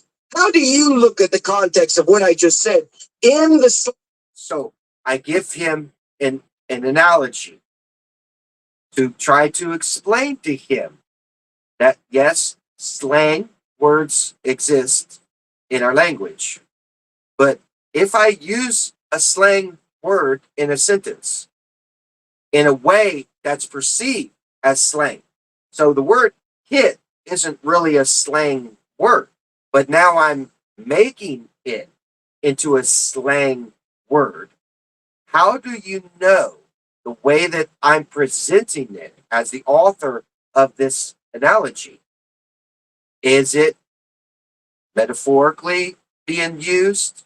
allegorical, or literal, tell me. And I can give you more context in this sentence so I can explain to you it should be taken as a sexual slang allegorical statement. It's just an analogy that I'm using here right now. So if you want more context to what I just stated, I can give you more context, and that's what you're looking for in any book, to how to perceive a statement. All right, let's continue. Thing that I produced as the letter, as the meaning. He's just going to repeat the same goddamn stupid. You don't understand that, do you? If I said I hit that woman last night and she liked it, I could be talking about sex. I could be talking about physical violence. How do you look at the context of what I just said in the slang that I produced as the letter of a word? You lack education. I'm telling you now. That's your issue. That's your problem. And then you have an ego and you get mad. This is my panel. I have my own channel. I could care less about yours. I saw you were live. I saw you were live, and I decided to join your stage, but you have an ego, sir. I could leave, and I could just flip you off and say, fuck you, you're goofy. You're really goofy. You're an uneducated man who runs a channel who thinks he knows something about something.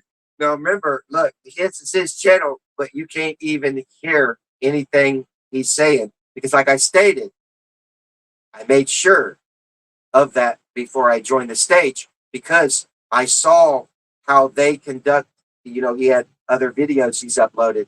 I observed first their attitude and how they are. So when I join their stage, I make sure that I'm, louder than the rest of these people. And they don't even realize that, so we don't even know what he's saying, but I can tell you all he's doing is gnashing and grinding his teeth, and he's mad because I'm exposing his lies. That's what it is, and I don't know why. If anybody is actually seeking the truth and you get educated in it, man, I would be so happy. If I didn't know something, if someone else knew, I'm going to listen and I want to learn. So that way I now know it.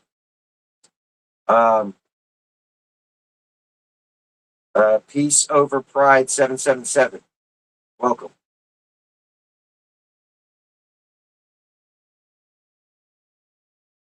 It's not that I overtake.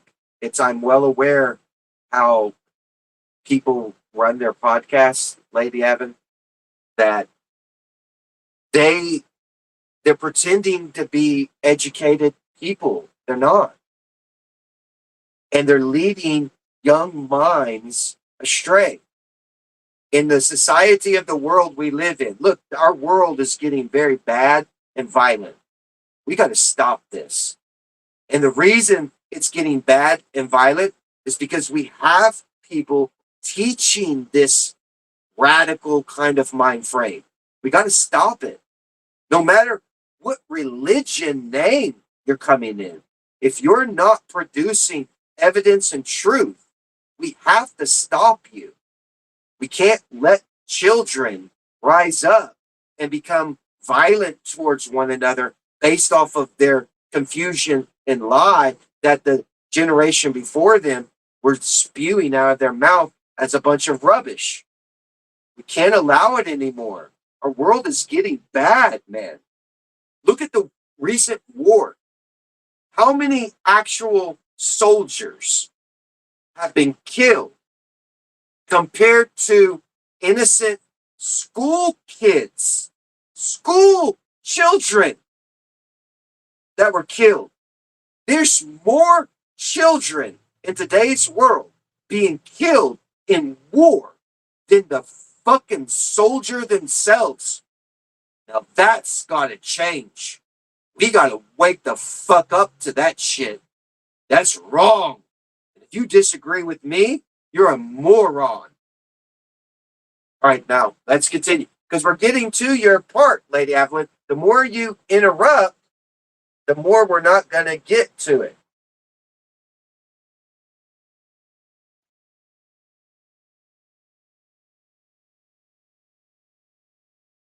Or Avin, or Avin. Avin? All right.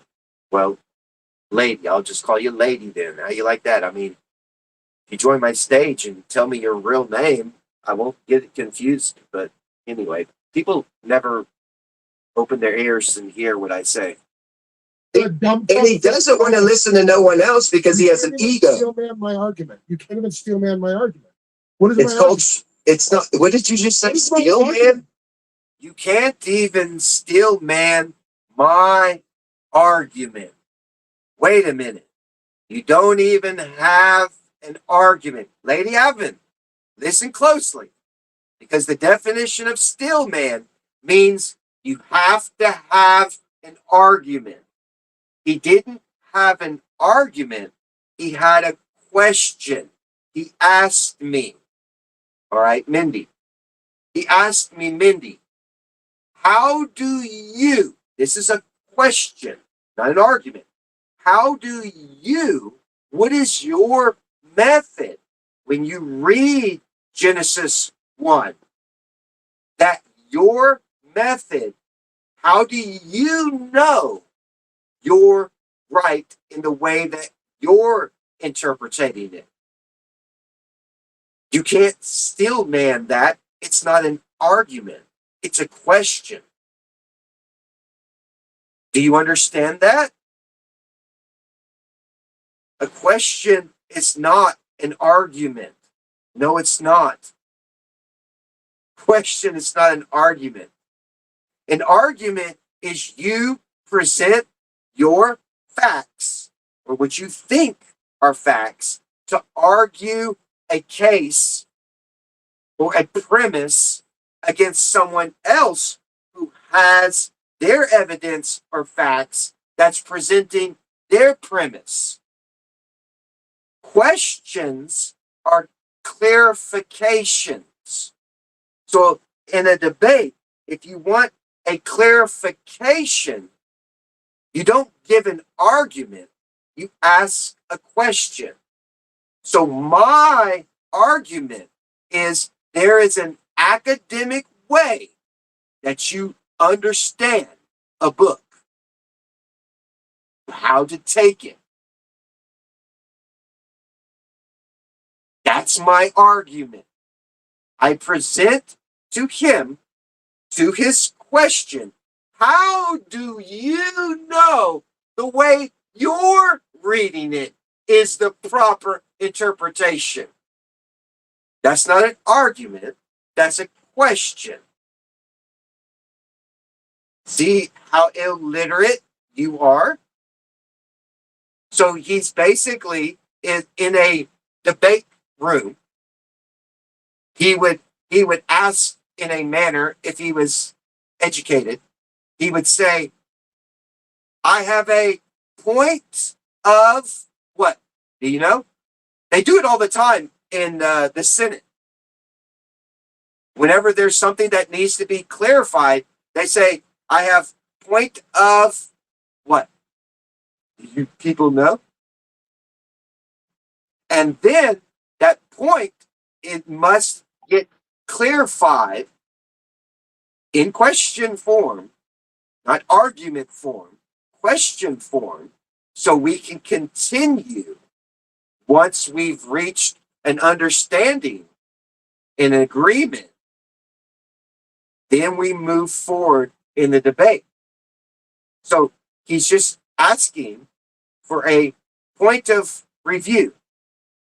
Clarify how you can determine the way you're reading the book is the right way. So I gave him the answer, which is academic facts, and he rejected it, and he tried to say, steel man my argument. You can't accuse me to steel man a question of clarification, dummies.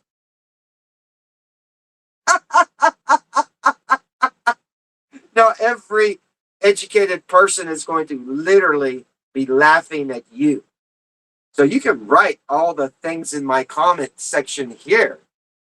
It just shows you that you're not listening. You're frightened and scared that you're going to be exposed for lying. So, Lady Avon, look it up if you don't believe me. When you ask a question, it's not an argument, it's a clarification. You lack an understanding about something. So, as a person in school, if you don't understand what the teacher is saying, you raise your hand and you ask a question. You don't argue. You're not making an argument to the teacher. Let's continue. Dumb fuck. Yes. Steel man? Stand by argument. It's called straw man. Steel man. What is steel man? He doesn't even know. You're in a fallacy. You don't even recognize it. You don't know what a steel man is? There's no such it's straw man in here. I know what a straw man is. A steel There's man no such thing as a steel man. So, No. he doesn't understand what I'm saying. He has no argument. He has a question. There is no argument. You asked me a question. I cannot steel man a question. That's not as a fallacy for you to use. You can't use that. That's not real. You're in a fallacy of fallacy because you don't know what it means. So that's why he's going to pull it up on Google because he really doesn't know. So when I brought up straw man, that's the best way that he should have presented something. Because once I give evidence for the way my method is, then he could say that I'm straw manning. But it would be a improper fallacy as well. That's why I'm clarifying for him, it's neither steel man nor straw man. Because you don't know any of those meanings. In fact, the way an academic person reads and addresses a book has a method to it, which I gave you. Now, you could say, I'm trying to straw man by giving you some lie of academic understanding of how you interpreted a book. But I didn't. That could be your closest correct fallacy word use. But that even if you said straw man, it's incomplete. It's not correct use. Steel man was absolutely incorrect because you did not make an argument that what I was saying is wrong. Because even if you did, if you tried to argue what I was saying was wrong, I'd have to again say, you're an illiterate, uneducated man. Because everyone in academic world knows how the methods of reading the books determine what it is. Figurative, literal, allegorical, analogy, all of those things. So you completely are now foolish. Completely foolish.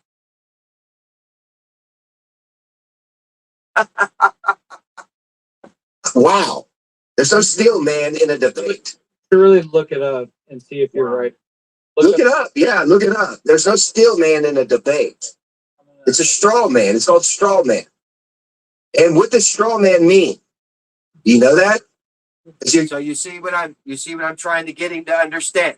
He still can't understand it. There's no steel man in a debate. In this debate, I should have clarified for him. And what we're talking as our discussion, because first of all, anybody who's ever been in the debate knows that exactly what he's doing is he's leaving the topic to begin with. Now he wants to argue the meaning of these words. That's pathetic. He's never actually been in an academic setting to hold a debate. Because now he wants to leave the actual question and the answer to now go off on this tangent of illogical nonsense and the use of still man and strong man, which he still doesn't understand. Using words that you think you might know. Oh, calm down, you fucking retard. I'll put on And I'm not trying to embarrass you. I'm just trying to give you some facts of knowledge. Are you able to read? Yeah, go ahead, read it. Read it. Has something to do with the Can debate. you not read? Read it. Now look, here it is. You heard what the man asked me. How do you determine that what you're reading, your method, is the right way? Look, still manning is the practice of rebuilding your opponent's argument. What is his argument? He has no argument. He's asking a clarifying question. That's it. How stupid is he? Wow. And since he's here, why don't you come to my stage since you're here? I mean, really, these are your moderators on your own channel. Why don't you guys join my stage and I will go over this with you very slowly? Because now, the actual truth of this, everyone, is I gave him the argument, truthful understanding of his question. Now, he can still man my argument because I gave him an argument to the question he had. This is the reason I take books in this manner. So let's continue. The practice of rebuilding your opponent's argument. What's this guy's argument? I don't know. He didn't give one. Into an absolute strongest, most persuasive version before attempting to what?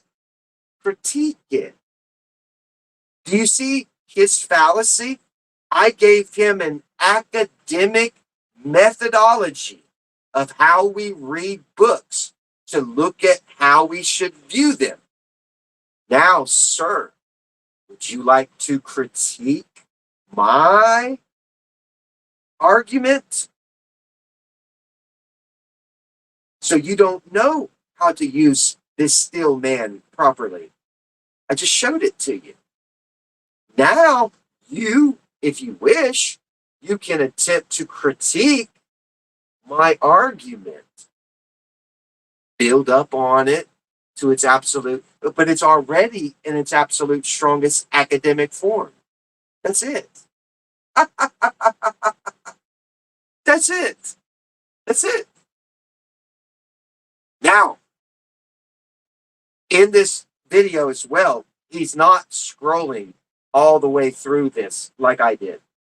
So in the beginning of this video, I scrolled everything for people to look at, not just cherry pick what you want to try to use.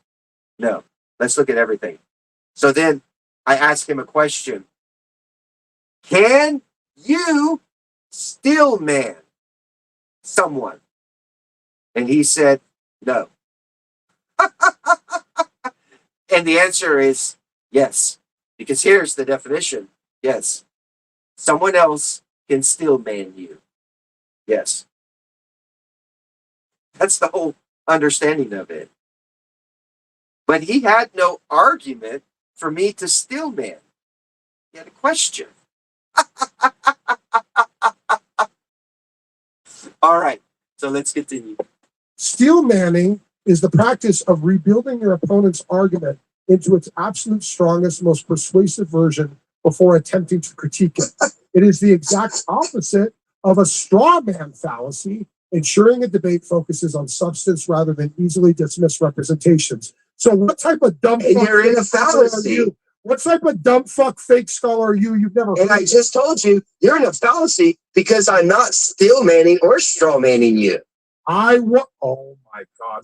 Oh my God. You asked. Okay, ready, everyone? I'm not still manning you or straw manning you. And he's going to ask me to still man him. I said, I'm not still manning you. He's saying he wants me to still man him. In order for me to do that, sir, what's your argument? You had none. You had a question, a clarification. Therefore, you're in a fallacy of fallacy. You're using this fallacy improperly. That's it. He'll continue. So you heard what he said. Listen closely, because people paying attention to conversation is critical. Watch. You've never And I just told you, you're in a fallacy because I'm not still manning or straw manning you. Oh my God. Oh my God. You asked me a question. You really are fucking. I gave you an answer. I'm not forcing you to accept an answer. I'm not trying to. He was about to say, I want you. But he stopped. But he'll say it.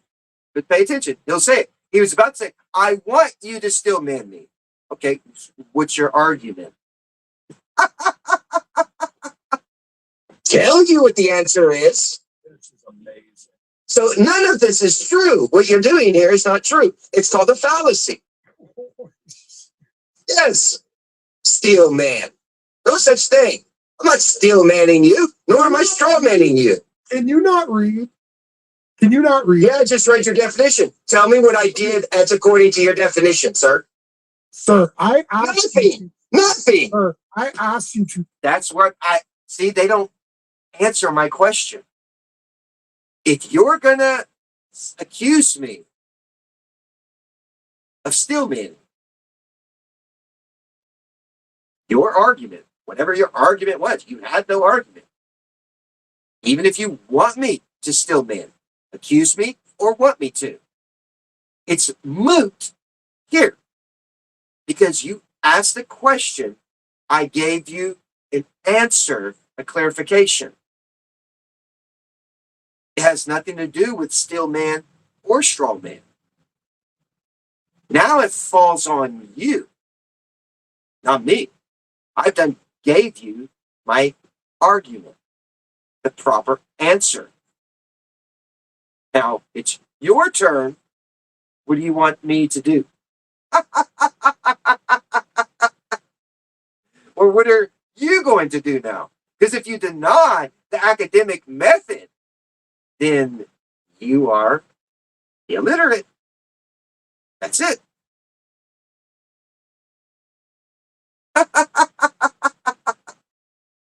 That's right.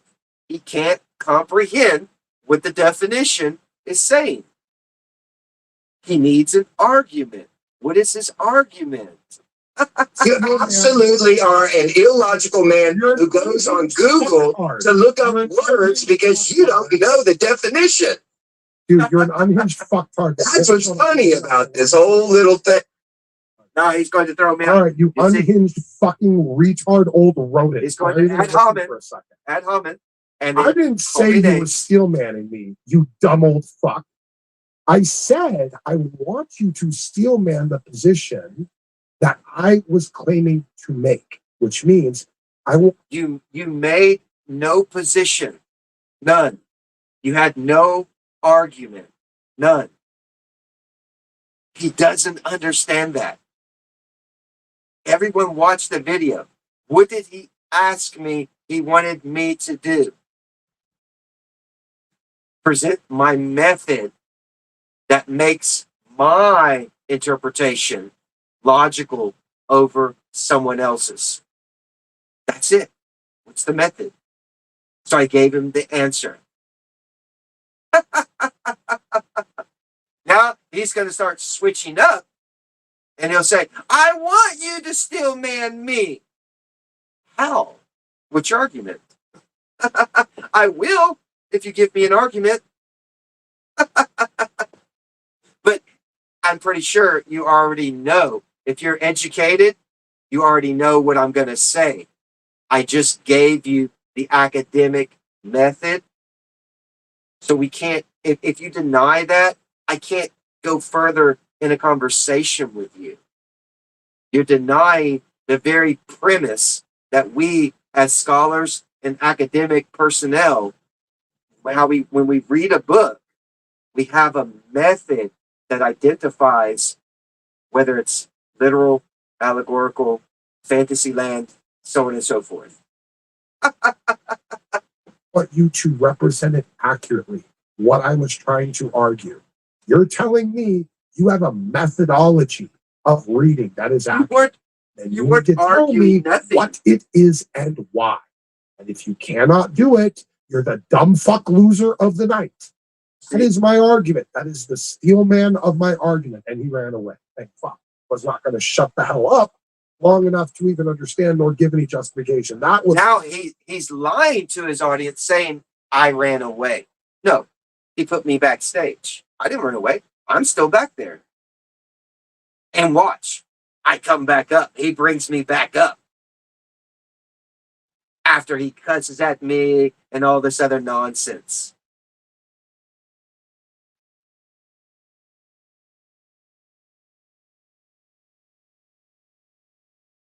And so let's look at this other guy who's been trying to falsely critique this video because he's another uneducated guy.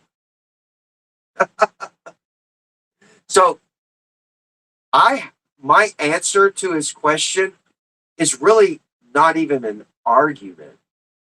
It's a fact. That's the way that we determine how you read a book. There's no other way. It's not even an argument, I'm saying. It's the answer to his question. He had no argument. Now, once I gave him my answer, now he could come up with some kind of argument to say that my method is wrong. But then if he did that, he would be a buffoon. You understand now what I'm saying? If he dared try to say the method of academia of making that determination is wrong, he's a buffoon. He can't have an argument. He's just asking a question. And so I gave him also an answer earlier in this. If a kid, since he wanted to play the daddy role, if a kid tells you that they're reading some verse as a literal text, then what I would do is and it's not supposed to be, right? It's not supposed to be. I would get with the child, set them down, and go over linguistically these words, their meanings, their understandings, and then the context of what's being spoken. So there's a context here in this video. He tries to say that Jesus claimed to be God, and he never did. What he falsely did is he took verse 18. It's the Jews who made a statement, not Jesus. The Jews made a statement because they misunderstood a teaching. So they accused him falsely. It's called bearing false witness. They bear false witness against Jesus by saying, you claimed to be God or equal with God. And Jesus never claimed that. They bear false witness against him. That's why I told the man, read the verse above it and below it so you get the context of what those Yehudites are accusing another man of. That man did not say what they accused him of. Liars. So you're busted in lots of ways, Smokey. I mean, come on, man. I'm giving you free education. Free education. Let's continue. Full-blown Let's see. Gnostic vibes. Let's Be see. very aware, folks. If you get even an inkling, He threw me out. So let's scroll. Let's scroll. Why waiting in backstage? Why he's still cussing at me, still saying foul things. Okay, and then all right, there I'm back now. All right, hang on. Let's go to where I'm back.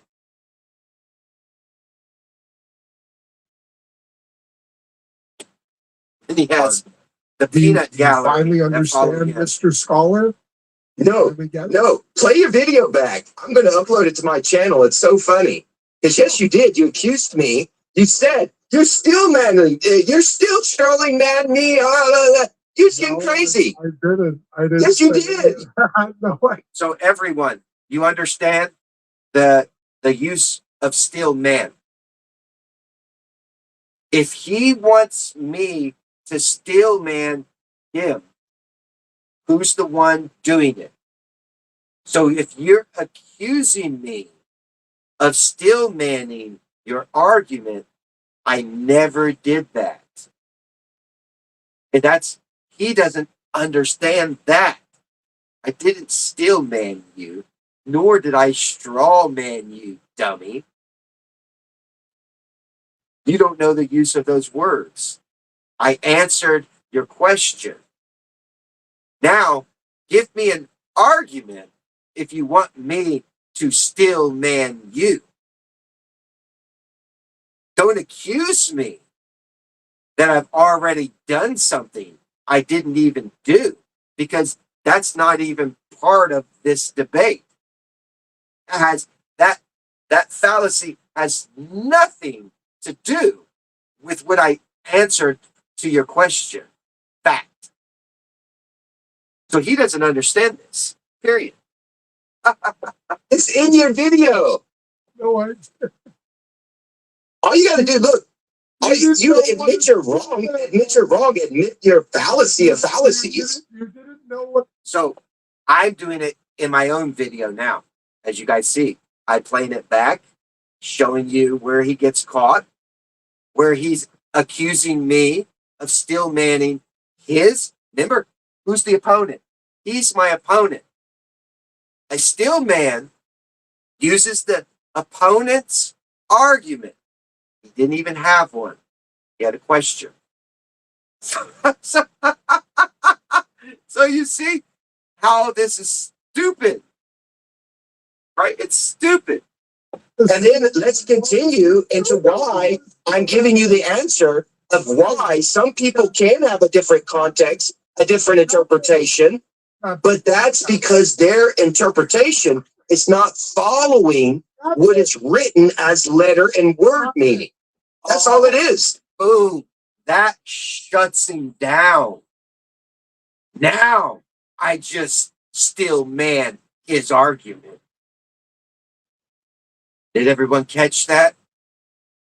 That's still manning his argument. But he didn't have an argument to begin with, right? He had a question. But if someone is interpreting something in a wrong way, here, I'm going to still man for a minute. In academia, we have certain ways that identify whether we take something literal, figuratively, or allegorically. There's ways.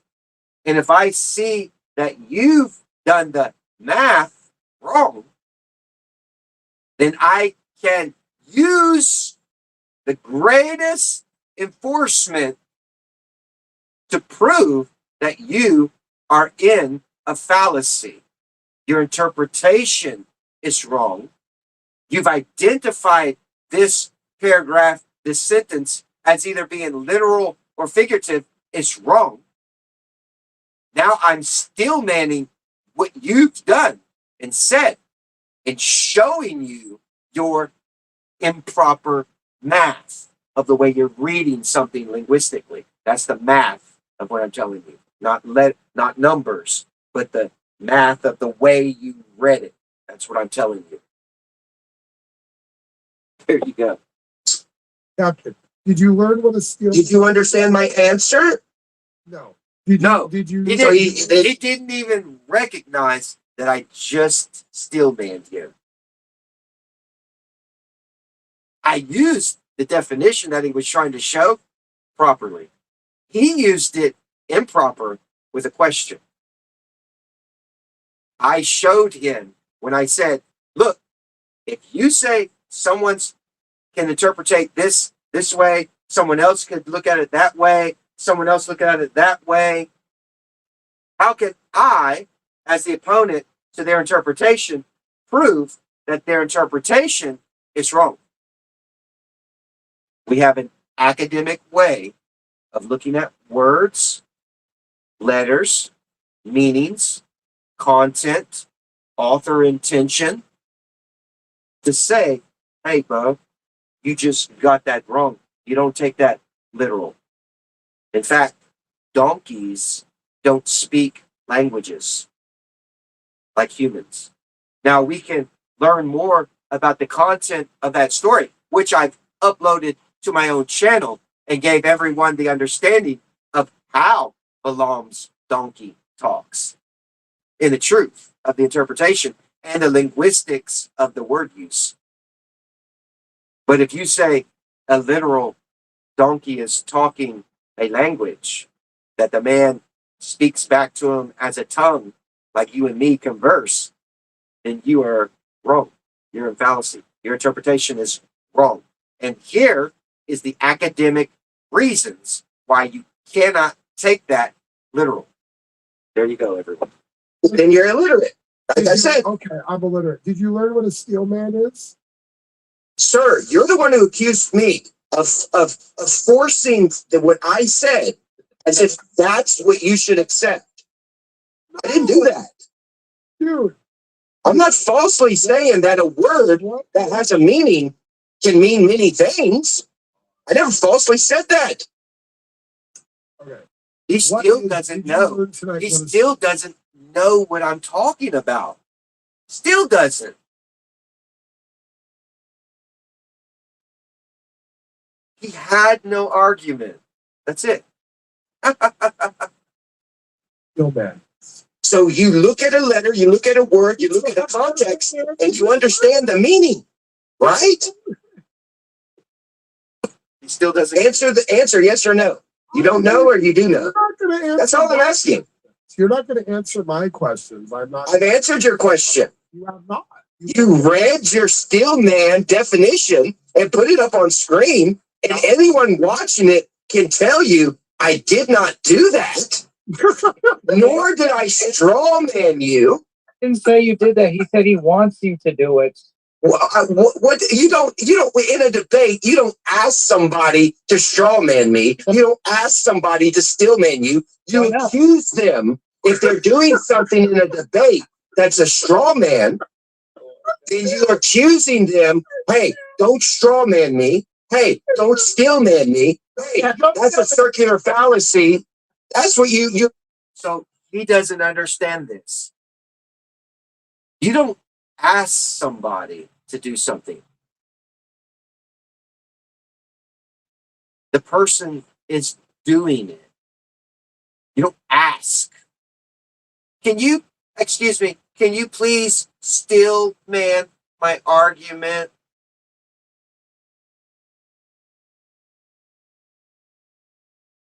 No.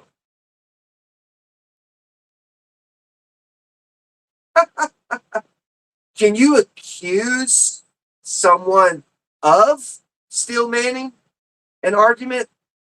Yes. Anybody can look this up. I had this guy. He wouldn't do it. I asked him because he tried to lie and say you can. I said, let's go back to your little Google and let's ask Google, can you accuse someone of steel manning an argument?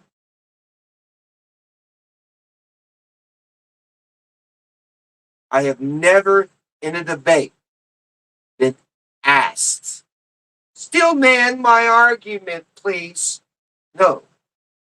It's already emotion in action. If you say something in an argument that's not true, I'm going to give you the truth that shuts you up. That's a steel man. He doesn't get that. And that's what I'm doing right here, right now. I'm giving you the evidence that you're a buffoon. You don't know any of these meanings. And you have a doctrine of devils. And his minions, who are from his own channel as moderators, see that I'm live and use the Kone Klub Kult. So now they're here so that they can think that they can mock and laugh and write things to try to make him look intelligent when he's a complete buffoon. I just showed you. I asked these guys in my own chat right here, what was his argument, dummies? If you have an argument, I'll still man it. What's his argument? He has none. He had a question, dummies. You're making a accusation in a debate to use those words. You know what fallacy means? I really hope you upload this later. Please. You don't know even what fallacy means? So now do you guys understand the word accusation? So sometimes when somebody produces an argument, it's an accusational argument. And if it's a lie, then I can produce the strongest evidence to his argument to shut him down as a liar. That's what steel manning is. To use what his argument is and create a greater understanding of truth to show him his illogical, unreasonable nonsense. You don't get to interpretate books your own way. That's not how the way the world works. Books have words in them, dummies. I beg of you to please upload this on your channel. What's the Please do. You have my full permission. You have my. I don't need your permission. As long as my face appears on any podcast, I have the right. I find it so funny where these guys think I have to have your fucking permission. Are you fucking illiterate? I don't need your permission to upload this. I'm on it. It's my image. I don't give a fuck whether it was your channel or not your channel.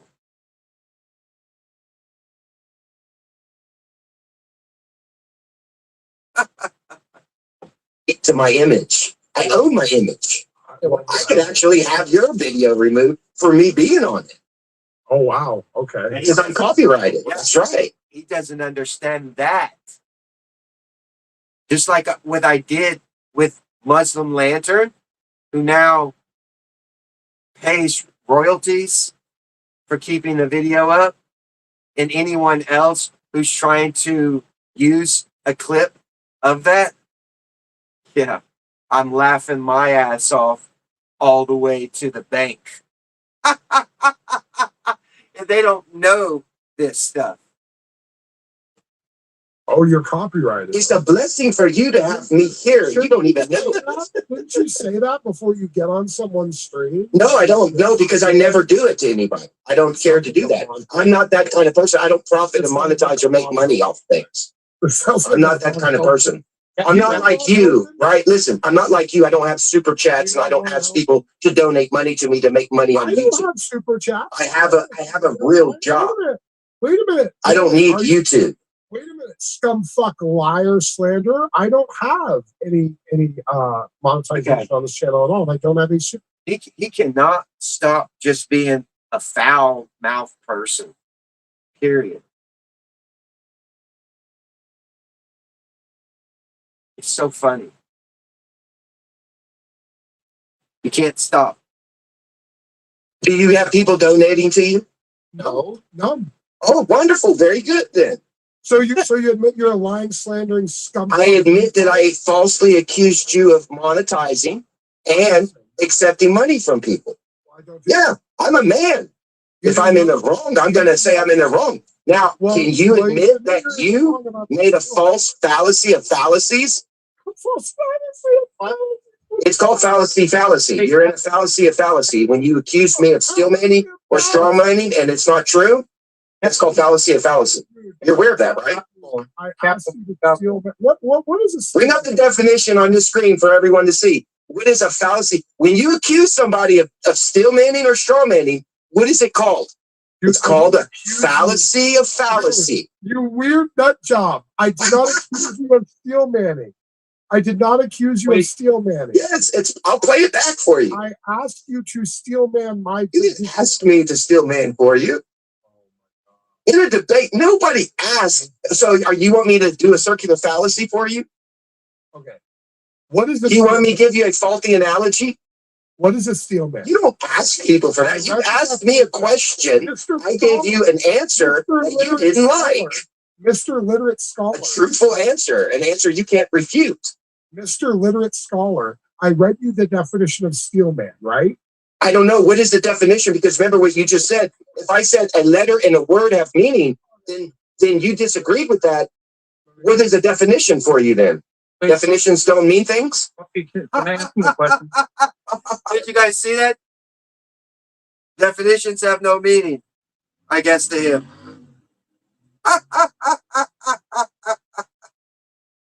He's trying to bring up definitions to things. Yet then, when I expose his lack of knowledge about something, now he gets mad and upset. And now he's going to throw me out. Because definitions don't mean anything, right? The way that we use academic methodology to determine what a book is used as means nothing, right? Words have no meanings. The definitions don't mean things? Captain, what's the gospel? The gospel of what? The gospel of Jesus Christ. It's good news. Which is what? Salvation. And how do you obtain it? Getting born again. And how do you get born again? You must be baptized. Just dunked in water? No, because John told Jesus, if you read your book properly, the water baptism is annulled because John said, one greater than I come, he'll baptize you with what? Water or spirit? Jesus will baptize you with the Spirit. Okay, so who's greater? Greater, John or Jesus? If that's true, then why did the apostles baptize in chapter 2 with the water? No, the apostles were not baptizing with water. No. And you're going to bring up Pauline letters, right? To produce your agenda of your doctrine. You're going to bring up a Pauline letter of Acts where it's stating to do this. Now, this is what they always do. Now, you see, they got caught using a fallacy improperly. Now, what they're going to do is try to switch the subject. Right? Switch the subject. And go towards asking me other questions. Again, not arguments, ladies and gentlemen. They're asking questions. Captain, what's the gospel? Now, ladies and gentlemen, is that an argument or a question? What is your method to determine when you read a book, whether it's allegorical literal or figurative, Captain? Is that a question or an argument? You see how stupid people are? And then they pretend as if they're educated because they'll have their clique, their cult clique, right? To try to gang up on somebody to present themselves as if they're intelligent. They're not. I just exposed it live on my own channel. And that's why his people came here, because they didn't want me to do it. They did not want me to do this. Even though he said, oh, yeah, go ahead, go ahead. No, he clearly knows now. You're a crazy fucking idiot moron who even pretends like you're a daddy. You got psychological daddy syndrome. Paul didn't write the book of Acts. Yeah, Paul wrote Acts. You think Timothy wrote it? Luke wrote. You think Luke wrote it? Dude, Luke wrote it. You think Luke wrote it? Luke didn't even write Luke. And I should have added, you think Titus? Because remember, Titus later on became Paul's scribe. So a lot of people have Timothy, because Timothy following stupid Paul as well, writing letters. Timothy, who oppresses women. Women, learn in silence and cover your heads. Ah, ah. Like I say, I'd like to see Timothy go back to Moses' day, where Moses' sister Miriam was a prophetess, and tell her to go learn in silence. Tell a prophet who evangelizes and prophesizes revelation to the people to go and be silent. That's why Timothy is also a liar.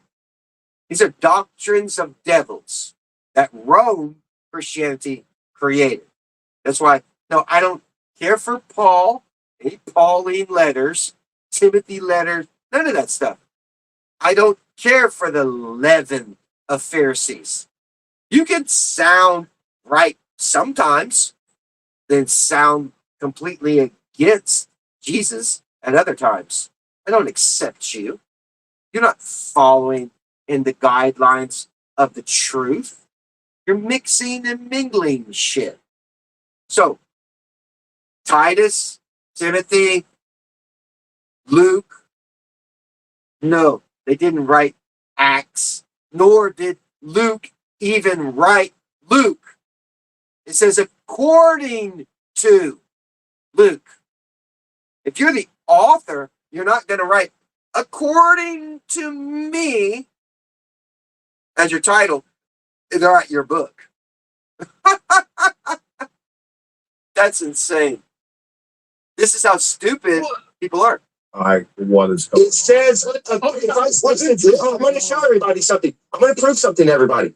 If I speak something as a teacher and I'm teaching you something, and then you go out and you say, according to Captain Skeleton Man, I'm going to write a book according to what he taught. So according to what Luke taught, another man wrote to Theophilus, you know, this isn't your using witnesses. It's written in Luke chapter 1 through verse 1 through 3. It tells you Luke is not the author. He's writing according to what Luke spoke. Boom. Facts. It's even documented in those first 3 verses. Oh, Theophilus. Someone, he doesn't give his name, he's going to take up a writing from what eyewitnesses. Now, everyone, is Luke an eyewitness? If this man writing it is not an eyewitness, he's getting information that eyewitnesses gave to write in his book. Clearly, he can't be an eyewitness, nor Luke himself. It's called logic and deductible reasoning. Deduct what the information is so you can forensically analyze what's written in those first 3 verses. And that lets you know this man is neither a disciple, he's not an eyewitness, nor was he even one of them who was present when Luke was teaching. He's getting his information almost fifth-handed, I could say fourth-handed to him, but I'd go so far as saying fifth-handed, he got it. And he's writing it according to Luke's teaching. That's why Luke, John, Matthew, and Mark are different in the writing because they each had their own style of teaching. That's why. There's no mystery. You can go to a classroom that is teaching the same academic study: history, English, math, biology. And within your city itself, you can have many teachers that are teaching the same basic fundamental academic standard. However, each one of them has their way of teaching. You understand what I'm telling you? So Matthew is a little different than Mark, Luke, and John. So are they all, because these are according to these teachers of what they taught. Scribes are taking up a writing. And that's why they're different. But they're not scribed by these actual witnesses. Eyewitness, Matthew, tax collector, Mark, the little boy that was in the Garden of Gethsemane. They're not writing these books. They told their story, and someone else is writing according to what they spoke. Morons. See how illiterate and uneducated the world really is? Because somebody came along and said, Luke wrote Luke, Matthew wrote Matthew. Ah, yeah. Even though they ignore the fucking title of the gospel. The fucking title itself tells you they're not the author. They taught. So you're in a fallacy. There again, if you don't understand context, you're making an accusation that Luke wrote this. You're in a fallacy there, Jared. It says that, it doesn't say that. It says according to Luke. According to this guy here, he wanted me to stillman him when he said to accuse me of it. But according to him, he wanted me to stillman him. That's a lie. But I'm showing you the understanding of the word according to. There, you see how I bring it all back to greater education? He asked the question, had no argument, asked me to stillman him, accused me of it, when I cannot even perform that type of fallacy because you had no argument for me to stillman. And he's still uneducated about this. That's a meaning and a definition as well. Sir, you're just another nutty old mouth. I can't help your doctrine, man. You've been raised in a doctrine that taught you something. That's actually a lie. Luke never wrote that. What? So what was that thing you wanted me to look up again? Was it fallacy? A fallacy or something? It's called fallacy. When you falsely accuse your opponent of either stillmanning, strawmanning, faulty analogy, or any of those terms, it's called the fallacy of fallacies. Why would I accuse you of a steel man? Why would that ever happen? Why would that ever happen? Well, that's what you did. That's what you did. You didn't have an argument. I don't think he's not following this linguistically. If you don't have an argument, you can't ask me to stillman you, nor can you accuse that I even did. It's the whole subject is moot. You asked the question for clarification.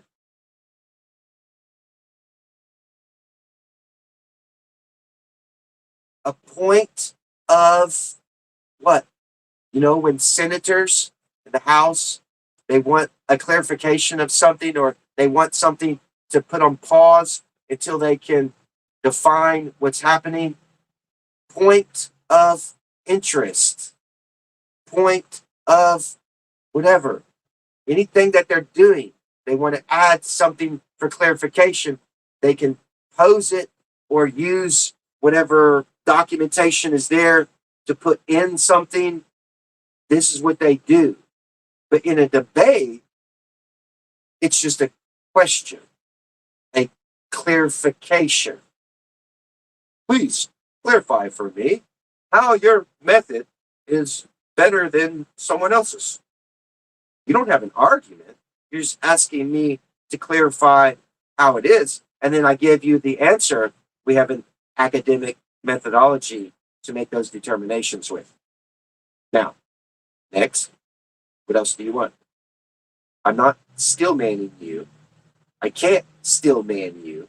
So don't even accuse me of doing that function of stillmanning you. Period.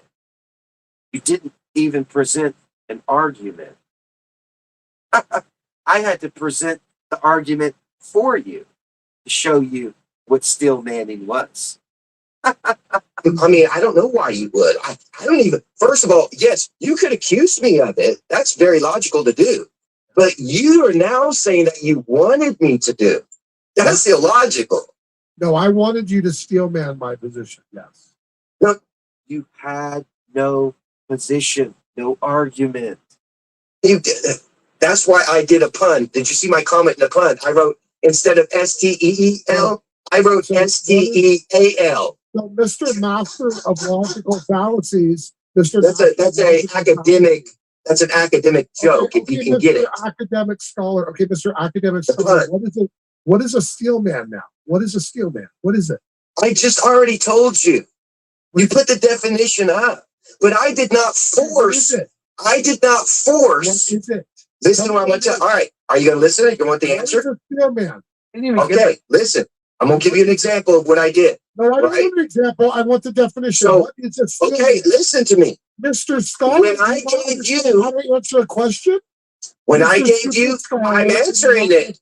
He can't even let me. See, he has another question. Are you going to answer my question? Are you answering my question? Or are you going to challenge what? His argument. He's not having an argument. Even still, he's not having an argument. He's still asking questions. He doesn't understand what an argument is. How do you present an argument in a debate? Does anyone out there know how you present an argument into a debate? And I hope to God that one of the things that you bring to the table is going to be source or evidence. I hope. Otherwise, your whole premise is pointless without source or evidence, or what you think is source or evidence, right? In that understanding, what you think perhaps is a source or an evidence for your argument. But he has no arguments. Remember what he said at the very beginning of all of this? He doesn't even care. When I asked him, sir, what does God mean? What is your definition of, oh, I don't even care about all these things. They're just good books. They're full of lots of stuff. What? And he calls himself a agnostic theist. Answer. What is a steel man? That's all I want you to answer. If you don't answer that, I'm going to stop you. What is a steel man? So it's where I force you to accept the way that I'm presenting my argument. Now, why is that understandable as the definition that he showed? Forcing is the greatest level. Because once I give you an empirical truth, the academic method of determination for a book, of whether it's used in this way or that way, figurative or literal, I am now forcing you to do one or two things. You either have to accept that empirical truth, because the reason I'm doing this and saying it is in the manner of force, because I'm tired of dealing with this illogical, uneducated man. So now I'm about to just force him to either accept what I said or deny what I said. If you accept what I say, then we can move forward and your question is answered and you still used Stillman improperly. If you deny the way I'm forcing you in my answer, you deny what I'm stating is the highest level of presentation to your argument, but he had no argument. Understand that to begin with. But if I present to you the highest way for you to understand something, and you denied what I just gave you, then you're a buffoon. I can no longer have a debate with you because you have just denied the standard rule of is this literal or figurative. You just denied the standard method. I can't go further with you. You're a charlatan. You're a charlatan now. I force you to accept the way. No, that is not a steel man. That's Stillman. Pull up your definition again so you can read it again from Google so you understand it. Okay. It's again. Yes. We'll see if you can understand it this time, Mr. Super Scholar, who's completely. I got it. I'll pull it up for you right here. You want me to pull it up right here? You can do it on your side if you want. Here, I got it right here. Yeah. Okay. Stillman. Do you see it? You see what it says? Someone. Now look. He pulled up another that's a little bit different than his first. See what Google does.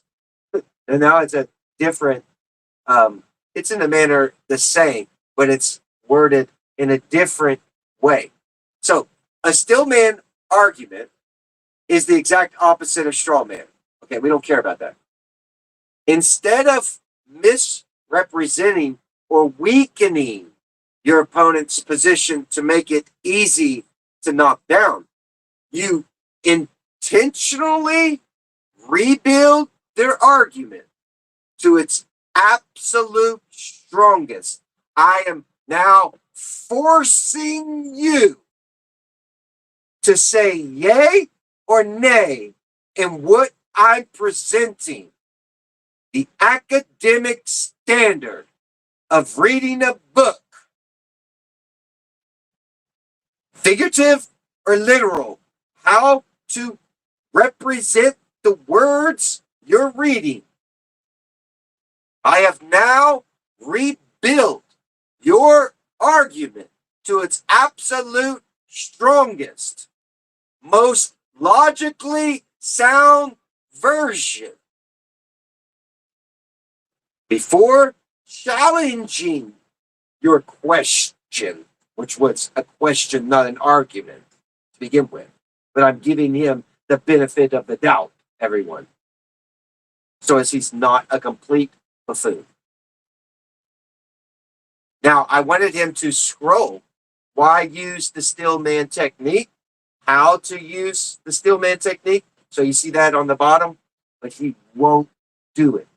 Because now I've gone even above his scholastic understanding. So I'm using the word, I'm about to force this jackass to either say yes or no. I'm done. I'm done. So, sir, my method of knowing whether something is to take literal or figurative, yes or no. I just rebuilt your little question for you. Now, do you accept this? Yes or no? Do you concede? Do you concede? And if you say no, you're a buffoon. I just gave you empirical answer. You're a fucking buffoon.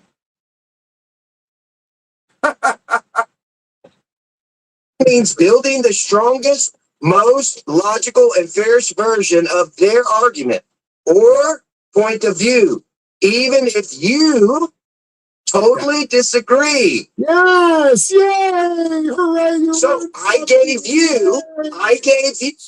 gave you an ultimatum now. Agree or disagree. But if you disagree to the academic standard, you are a buffoon, a charlatan. Do you see what I did, everyone? No one can debate. I'm the king. I'm the king.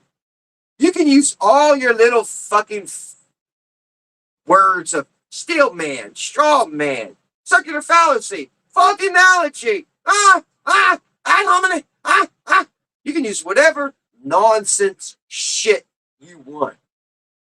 But I'm 30 steps ahead of you mentally, and you're unaware of it. So finally, I'm going to force you. Checkmate. You know how to play chess? Checkmate, bitch. Is the academic standard of knowing how to make a determination figurative, literal? Do you accept or do you disagree? I give you an option, 2 of them, the only 2 you can have. I'm not forcing you into any of these. I'm showing you the correct answer, and let's see if you can identify the correct answer. Because if you can't, you're a charlatan. You're done. You're cooked. Bye.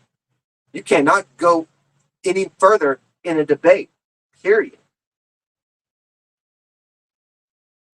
The whole academic hall would now laugh at you if you denied it. My version. You just said I didn't force you to accept it. I allowed you to disagree, just as if this definition says. I didn't get it verbatim, word for word, as your definition. I gave it in my own way of saying it, which is logical. Hey, dumb fuck, what does it say? I gave you my definition in the strongest way I can, and I didn't steelman you. Does it because say words have meaning. Hey, retard. Does it say the steel man is the exact opposite of a straw man? Does it say that right here? Do you see it? I don't think I didn't even straw man this idiot. Nor did I steel man him until just now when I forced him into either giving a yay or a nay answer. So what is your answer now, dummy? What is his answer now? I wonder if he even realizes his stupidity. this guy even. Who's the other guy here? Did you hear what are you focused, sir? The other guy here? Are you focused?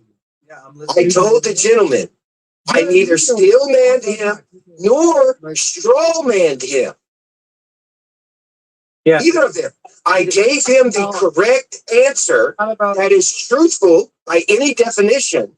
A letter has meaning, a word has meaning. When you put them into context, you can tell whether it's figurative or literal or allegorical. Your perception of the way you can read it is determined by it. you don't steel man your own position? It's about your opponent's position. Your opponent accuses you of it. You don't accuse somebody of it. No, it's not about accusing. You steelman your opponent's position, not your own position. That doesn't make any sense. Because you're saying when you steelman you're saying it's about your position. No, it's about your opponent's position. What it says there in the definition. They still don't get it. The man had no argument. What was his position? His position then was a question. Captain, how do you determine whether your method is the right way of reading it, literal or allegorical or figuratively? See how stupid these people are? They don't pay attention. They're looking into this. I don't even know what they see or what they even heard. Maybe they heard something in their own mind to make some shit up. I don't know. But I neither still man nor strong man or straw man. I don't need to do any of those things to a question because he has no argument, no premise, no evidence, no stance. Just asking for clarification from me. That's my position. I gave him an answer. He accused me of steelmanning him. No, he said that he wants you to steelman his. He didn't say that. He accused me of it. Listen.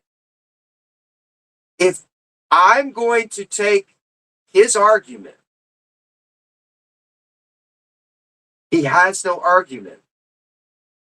If he says I'm still manning his argument, he's accusing me of something I'm not doing. Do you guys understand what I'm saying? He has no argument. He has a question. If he asks me to still man, if he says to me, you stole man, still man, what I was arguing, I'd still say, you're falsely accusing me of doing a fallacy that is moot to your question. Period. Dummies. Oh. I don't think you guys know how to debate, do you?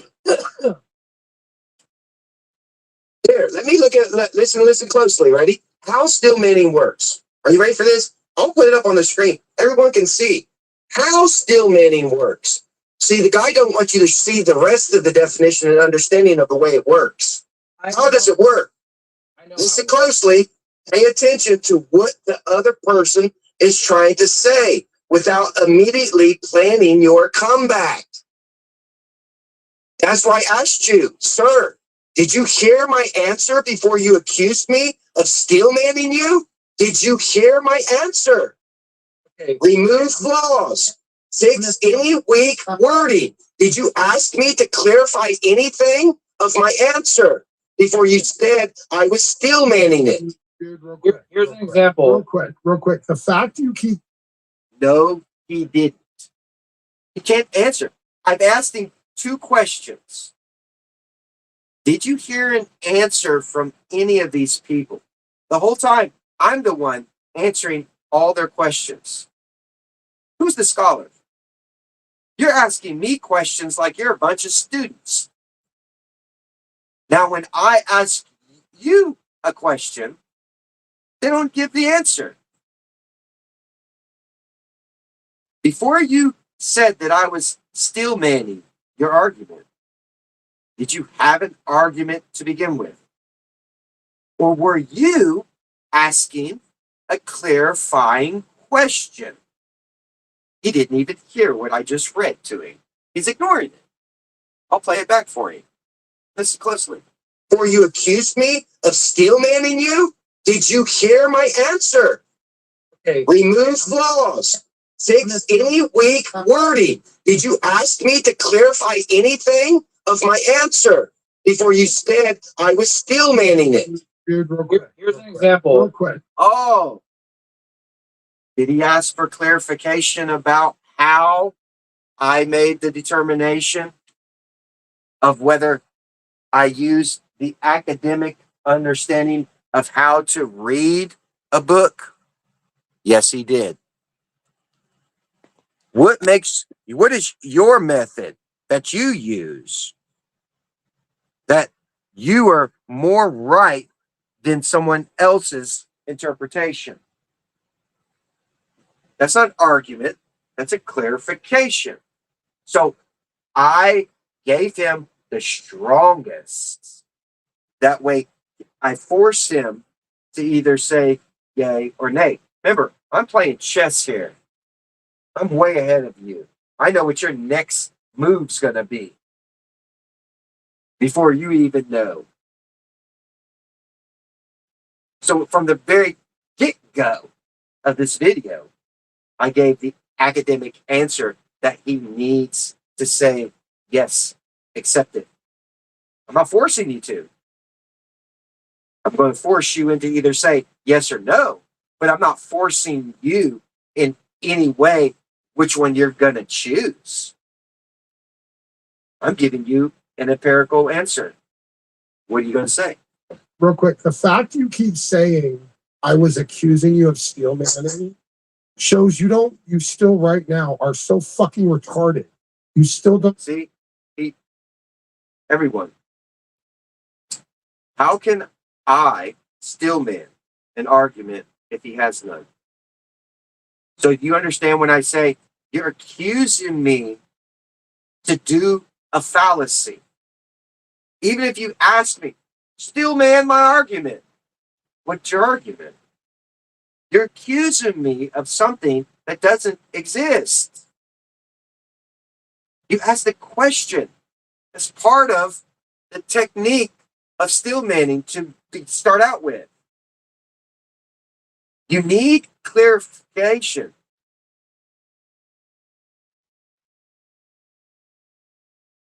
This guy's so stupid. don't know what steel man means, even now, right now.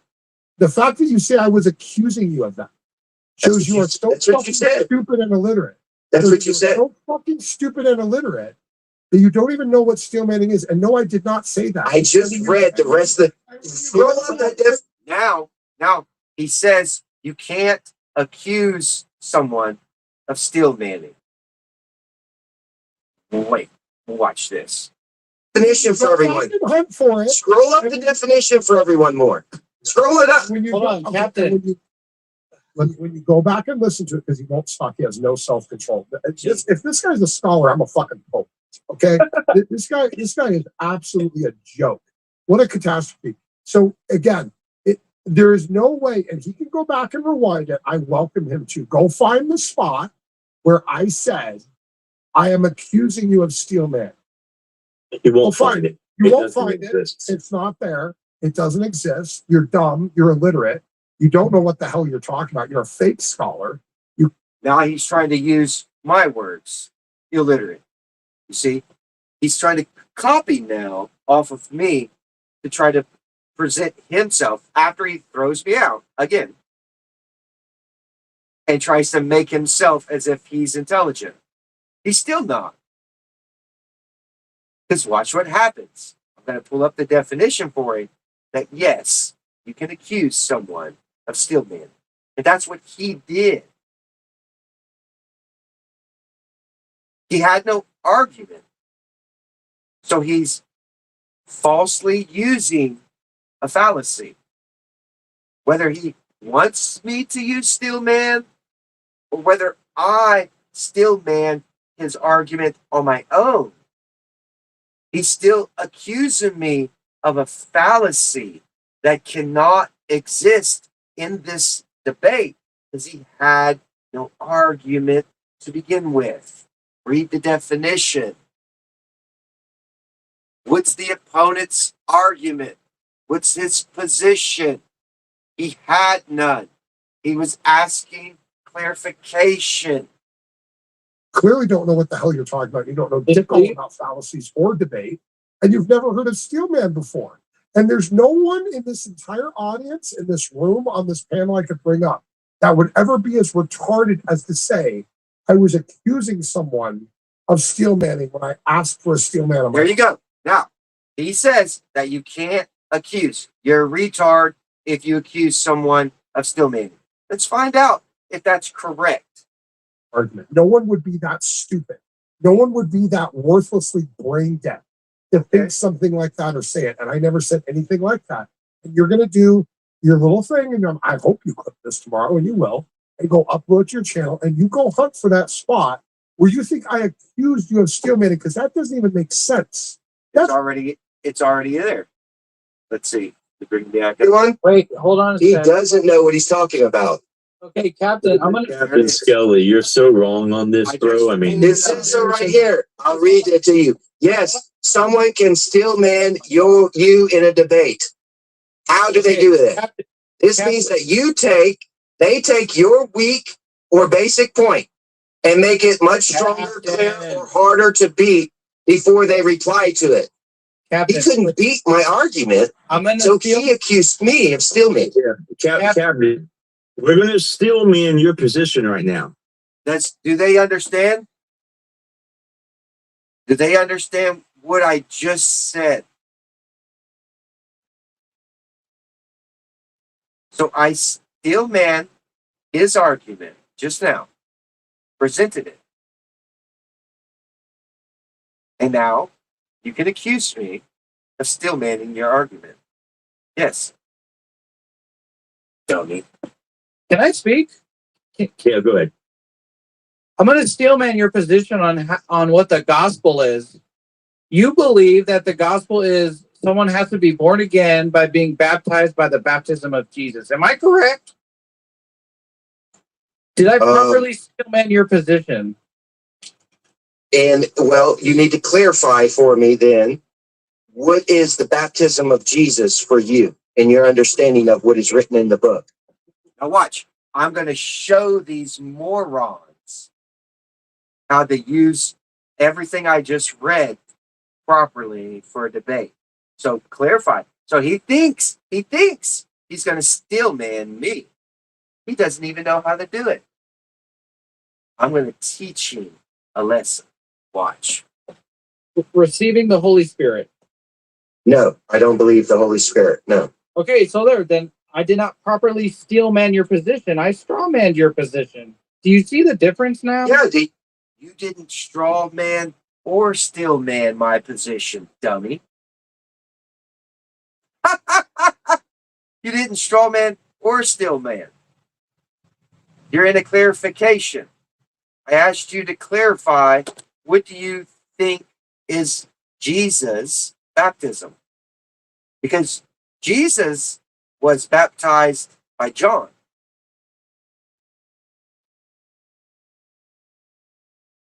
Then John says that the one who is greater than I, he'll baptize you, not by water, but by Spirit. So no, I don't agree with your version of Christian baptism. So you didn't straw man me, nor did you steel man, because I had no argument. None. These guys don't know what an argument is. Now, if I were to say Moses did not turn sticks into snakes, now, steel man my argument.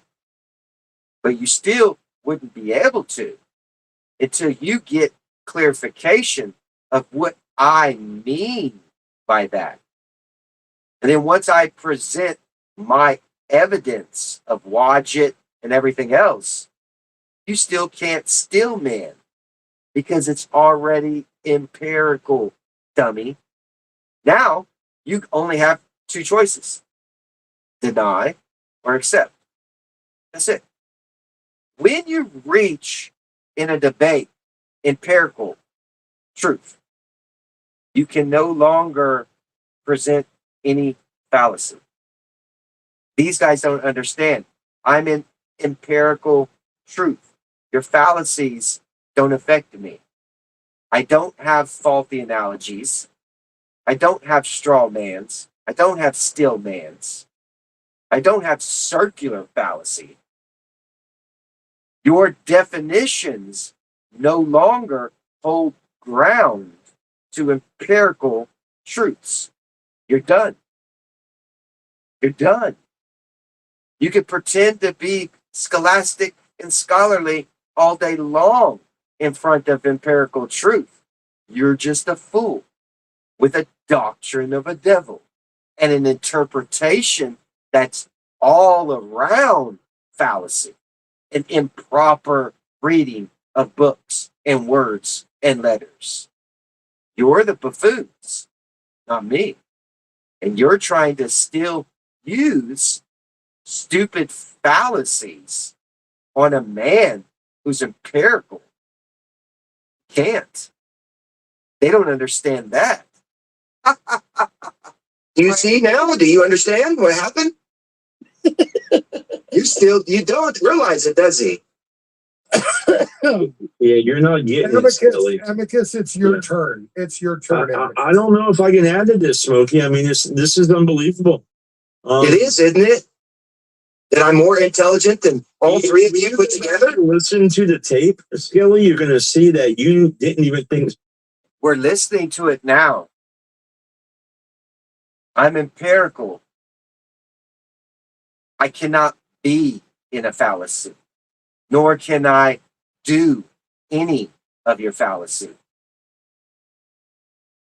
I'm already checkmated you, and you don't even know it.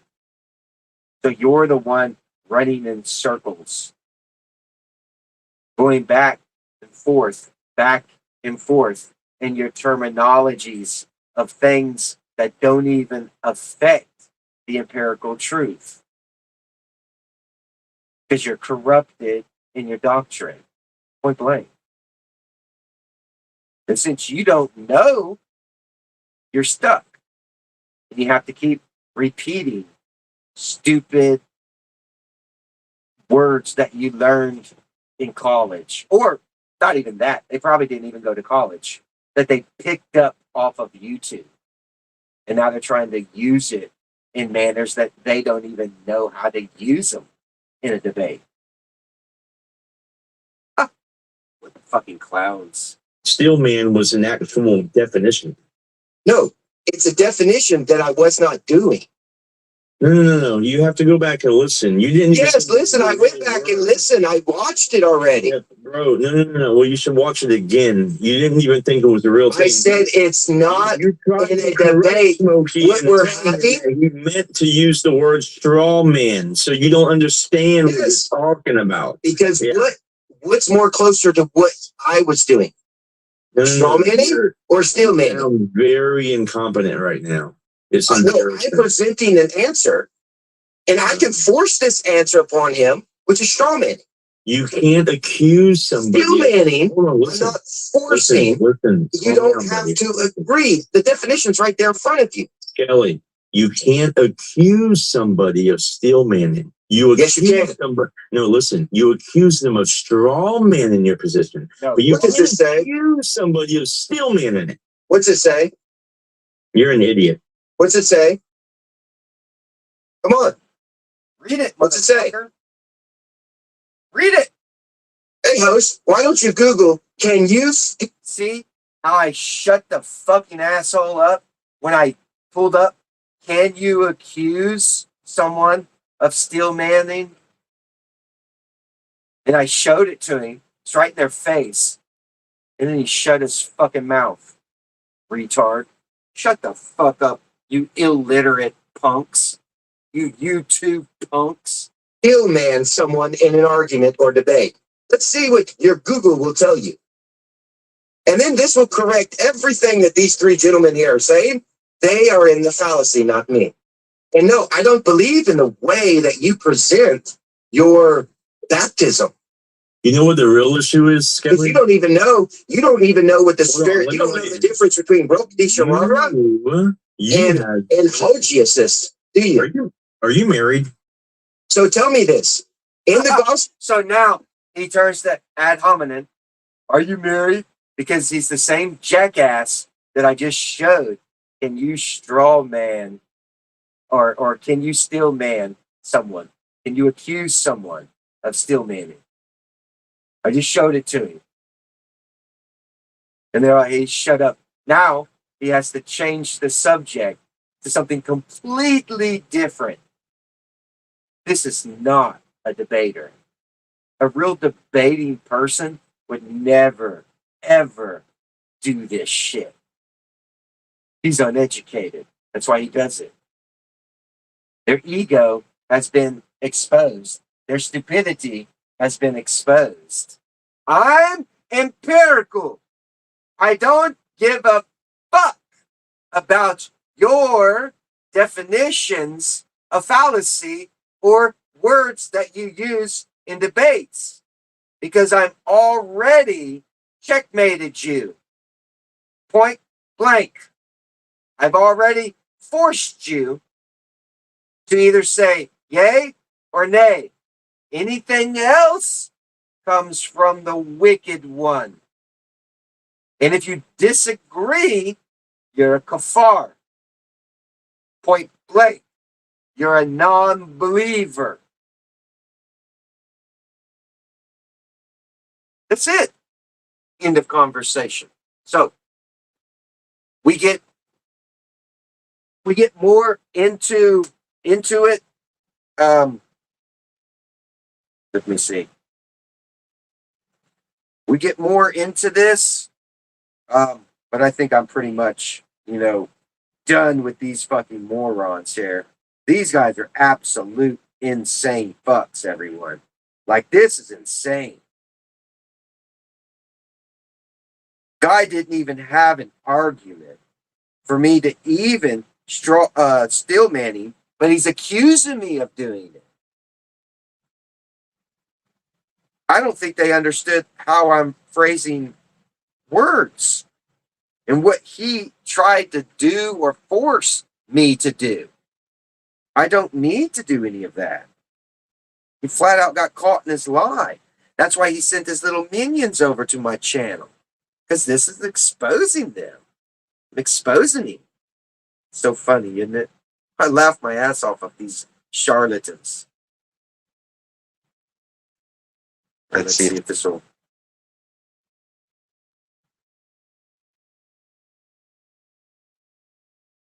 Let me see. Okay. Bring myself back up here. It's almost, they're going to throw me out here to begin with. So there's no need to watch anymore because, it's basically, I'm going to tell them about how they merged.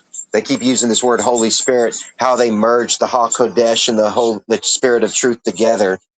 So they're absolutely insane. They don't read their books properly, and they themselves are in a false delusion and don't even realize it because their book interpretation of whoever the fuck, I don't know where these guys get their interpretations from religions, obviously, from religions, because religions are the ones who present interpretations for their flocks or folds that have joined them up.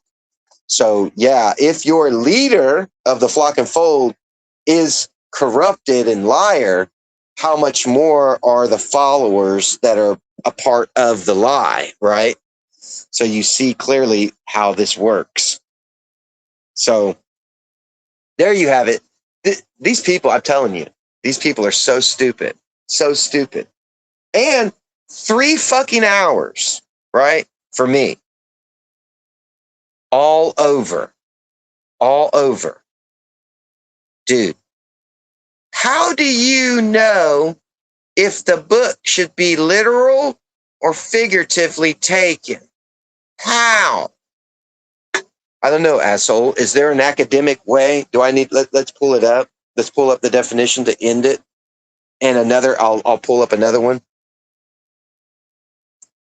What is the academic method of reading a book to determine whether it is a allegorical statement or a figurative or literal statement?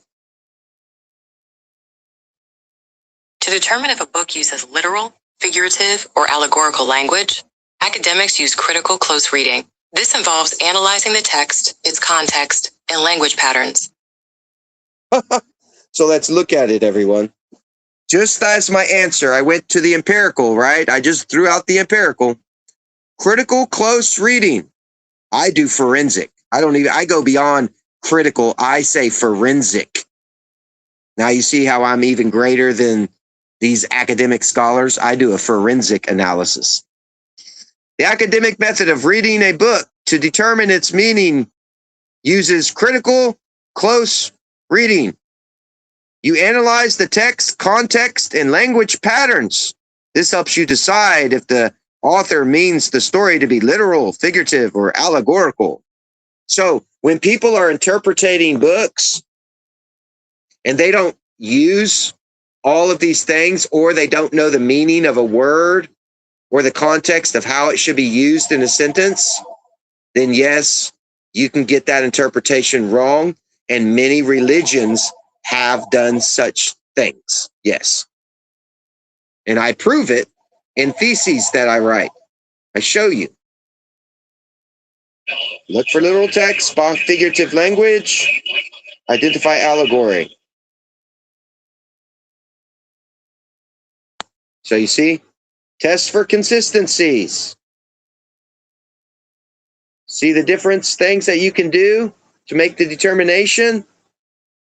And that was what this whole idiot did. Now, let's go to this. Can you accuse an opponent of steel manning your argument? Yes, you can accuse someone of steel manning your argument, but it's not a strong criticism. Steel manning means presenting an argument in the best possible light, so it's usually seen as a fair and helpful approach.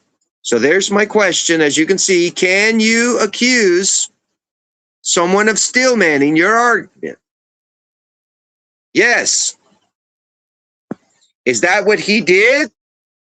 Yes. But it was false because I didn't even do it to begin with.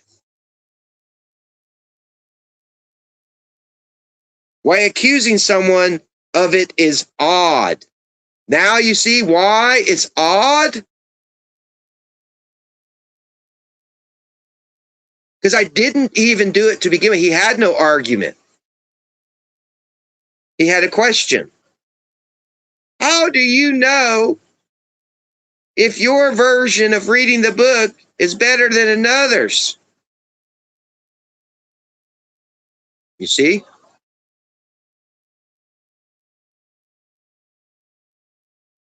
Now I'll go even further for you. We'll go straight into AI. I recently had a gentleman ask me to clarify how my method of reading a book was better than another person's method. So I gave them the academic method of reading the word, getting the meaning, looking at the context. This guy accuses me of steel manning when he didn't have a question or he didn't have a argument. Rather, he wanted a clarifying question of what my method was. So I gave him the academic manner of how to do that. Boom. Look. It sounds like your opponent used the term steel manning completely backwards. You cannot steel man a neutral, clarifying question because there was no opposing argument to improve. Here is what actually happened and why his accusation is incorrect. No argument existed. You answered directly. He used the wrong term. He likely confused steel manning with, everyone, posturing or inflating. Do you guys see it? What he likely meant to say. Now I'm going to teach him. Bulverism, over-intellectualizing, moving the goalpost, Straw manning inverted. How to reply to him. I didn't steel man anything. You asked for my method, and I gave you the literal academic standard for it. Dipshits. Dipshits. There you go. He needs a reality check. He don't want no peace offering because he sent his minions here. So there you guys go. I'll close it out with the evidence so you can see that I was right. They, even though they tried to gang up on me, they were wrong, and they used a certain fallacy in the wrong way. And they tried to accuse me or wanting me to use it. I don't need to use it. I'm already in superior mode. Flat out truth.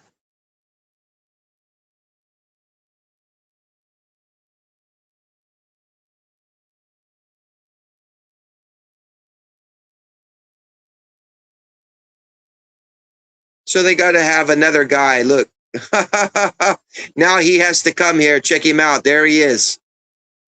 He's back here. Look, I'll post his comment. There he is. Just when I show him, here, my friend, educate you. Let me educate you, since you're an illiterate, uneducated man. See how stupid you are? See how stupid you are? Kone, Kult, you cult leader. You're a cult leader, an ignorant man. You see it? There it is, you retard. Now I got to get abusive with him. He's a retard. There you go, retard. Now, if you want, you can accept that you were a fool, and I can help you out a lot coming to your channel to debate all sorts of kinds of people. I shut people down all the time. Don't get mad. I'm not mad at you. I'm not mad at you. I don't feel nothing for you. I'm just saying, don't accuse me or ask me to use a fallacy in a wrong manner. You wanted clarification of the method that I use to find out when I read the Bible, right?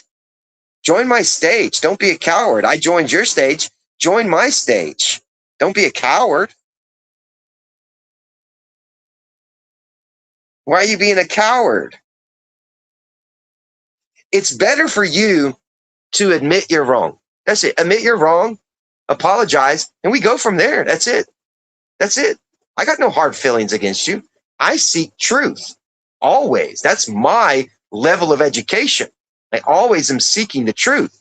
I can teach you how to actually read the Bible, the Torah, and all the books properly. I write theses on linguistic word use. I can get you in a better position so that way when you have certain people that come to your channel, you can easily defeat these people. But you have an ego. You still calling me dumb. You have an ego. Most people who are educated and they're real scholars and academics like me, we don't have egos. We think this is funny. It's learning experience. This should be a learning experience for you. So the method that I use, tell me right now in the comment, do you agree that that is the proper method to find out whether something should be read literal or figuratively? Would you agree to this method? Yes or no? It's a simple thing. Yes or no. That's it.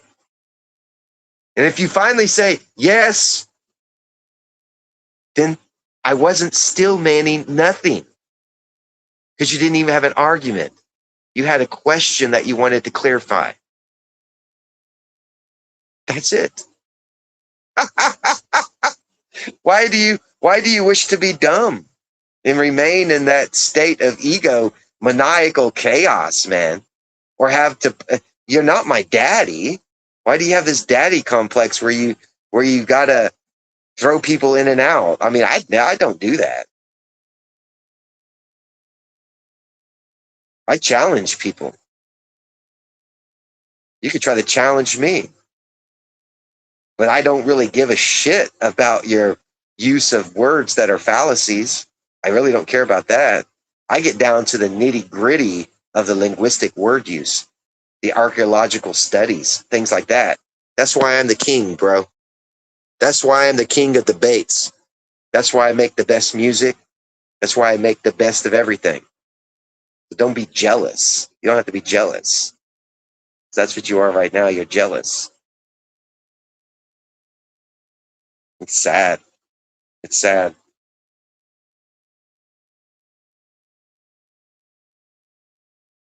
So what do you got to say about yourself, man, now that you've been proven wrong? I'll even come back and I'll help you out. I mean, I won't let people slander you or bother you just because you admit. I'll make sure of that. The captain's got your back. Listen to my song.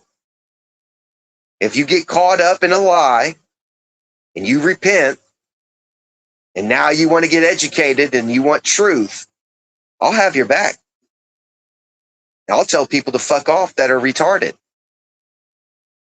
But see, you don't know me. You don't know the real me. You don't know any of my intentions or anything. Instead, you live in some fantasy world of YouTube where you like likes and loves and look how many people are following me and look what they're saying to feed my ego and stroke my ego. Oh, I'm so smart and intelligent. You need to get out of that. That's nonsense. That's called flattery. People will flatter people all day long. I don't give a shit about flattery. I don't need flattery in order to know that I'm right. I am right. I just proved it. This guy is so funny. Now look, here's what he says. Look, he's still in a manner. Look, he's still full of ego and pride. Even after I show this, he's still full of ego and pride. Hey, Kone Kult, can you accuse an opponent of still manning your argument? Hey, can you?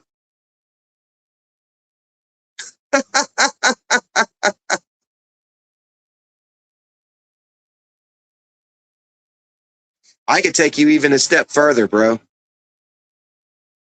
Do you want me to tell you what the word the meaning, what the word is that has that meaning of what you did to me? Do you want me to tell you what I would call you because you did that? Or are you uneducated? Like, man, these people must be really low. I don't understand why they create YouTube channels and act as if they're going to teach people things when they themselves can't even get things right. And then they have their normal friends. My friends are coming to my aid, and we're going to mock you and ad hominem you. Yeah. That shit rolls off of me like a duck in the water, bro. I don't give a fuck about that shit. I'll make your whole crew look stupid. I'll make the whole crew look dumb. That's why I'm on YouTube. That's why I go to different podcasts. I expose charlatans. I expose people who use terminologies falsely. I expose people who have doctrines that they got from podiums and lied to. Because I want you to have the truth. I want you to have the truth. Definitely.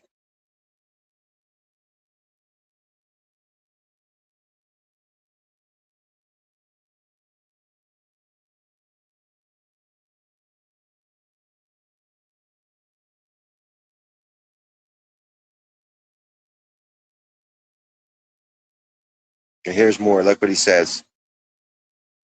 So mad that I exposed him. Now he's going to call me More ad hominem. Look, more. I love this shit, man. I love it. This shows you that the captain knows what he's doing because these people are really afraid. So they got to attack. Look at that. They got to attack.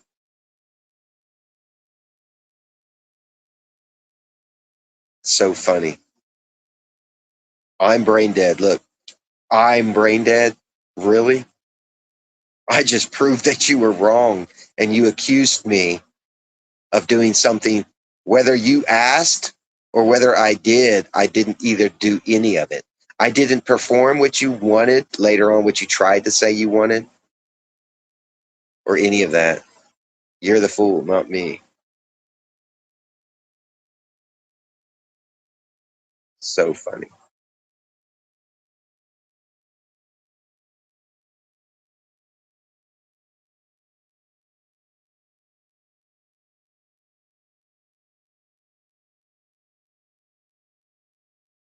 Now he wants to laugh about it, as if this is all a joke. This isn't a joke, man. Again, let me put this here. Let me put this thing up. As always, everyone, here's my claim. Come challenge my claim. Challenge my claims now.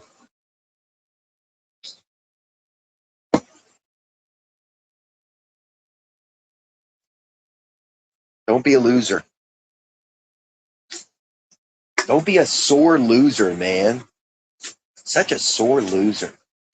That's not teaching kids right. Don't teach kids improperly. You're teaching kids to be a sore loser. Why would you do such a thing? Didn't you have a mother and father teach you not to be a sore loser? Give it the old college try. If you fuck up, get up and dust yourself off again and try again. Keep striving to get educated. Just keep striving to get learned, man. Never give up on it. Oh, Coin Kult. You should really change that name too. Kult. You're making yourself out to be a cult. Are you the cult leader? Are you the cult leader?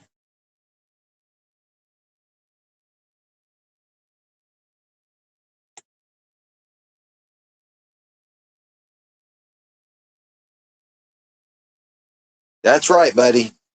If you can accept it, John the Baptist was Elijah.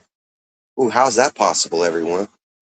How's John the Baptist, who's born in a complete different time period than Elijah, how is John the Baptist Elijah? Uh-oh. Uh-oh. And don't you dare go around saying, Holy Spirit! Foolishness.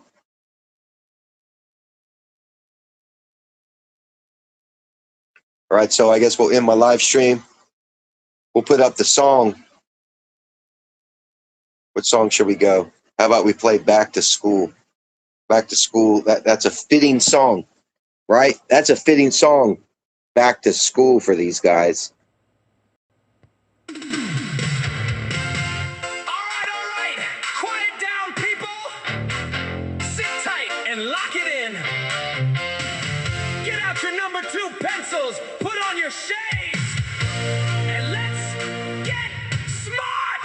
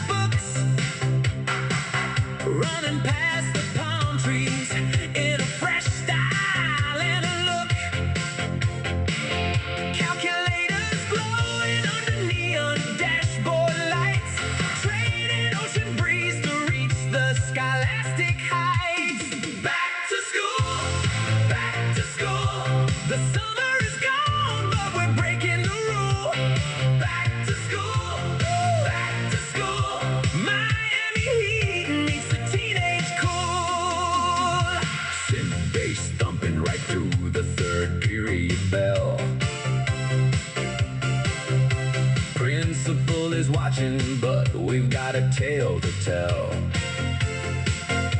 Ray-Bans on the desk, passing notes in secret codes.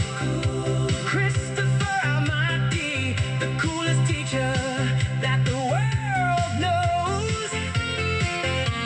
Pop quiz showdown, but we're looking way too cool. Running this academy by our own golden rule. Back to school, back to school. The summer is gone, but we're breaking the rule. Back to school, back to school. Miami Heat meets the teenage cool. 3 o'clock is striking, tires screeching out the gate.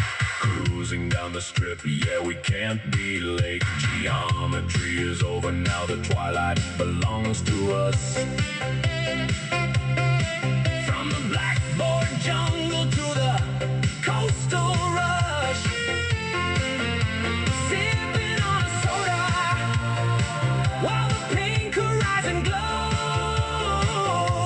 High school drama fades as the ocean wind blows. The classroom is quiet now. Hey, Mr. Almighty, quick question for English class. Does cool start with a C or a K?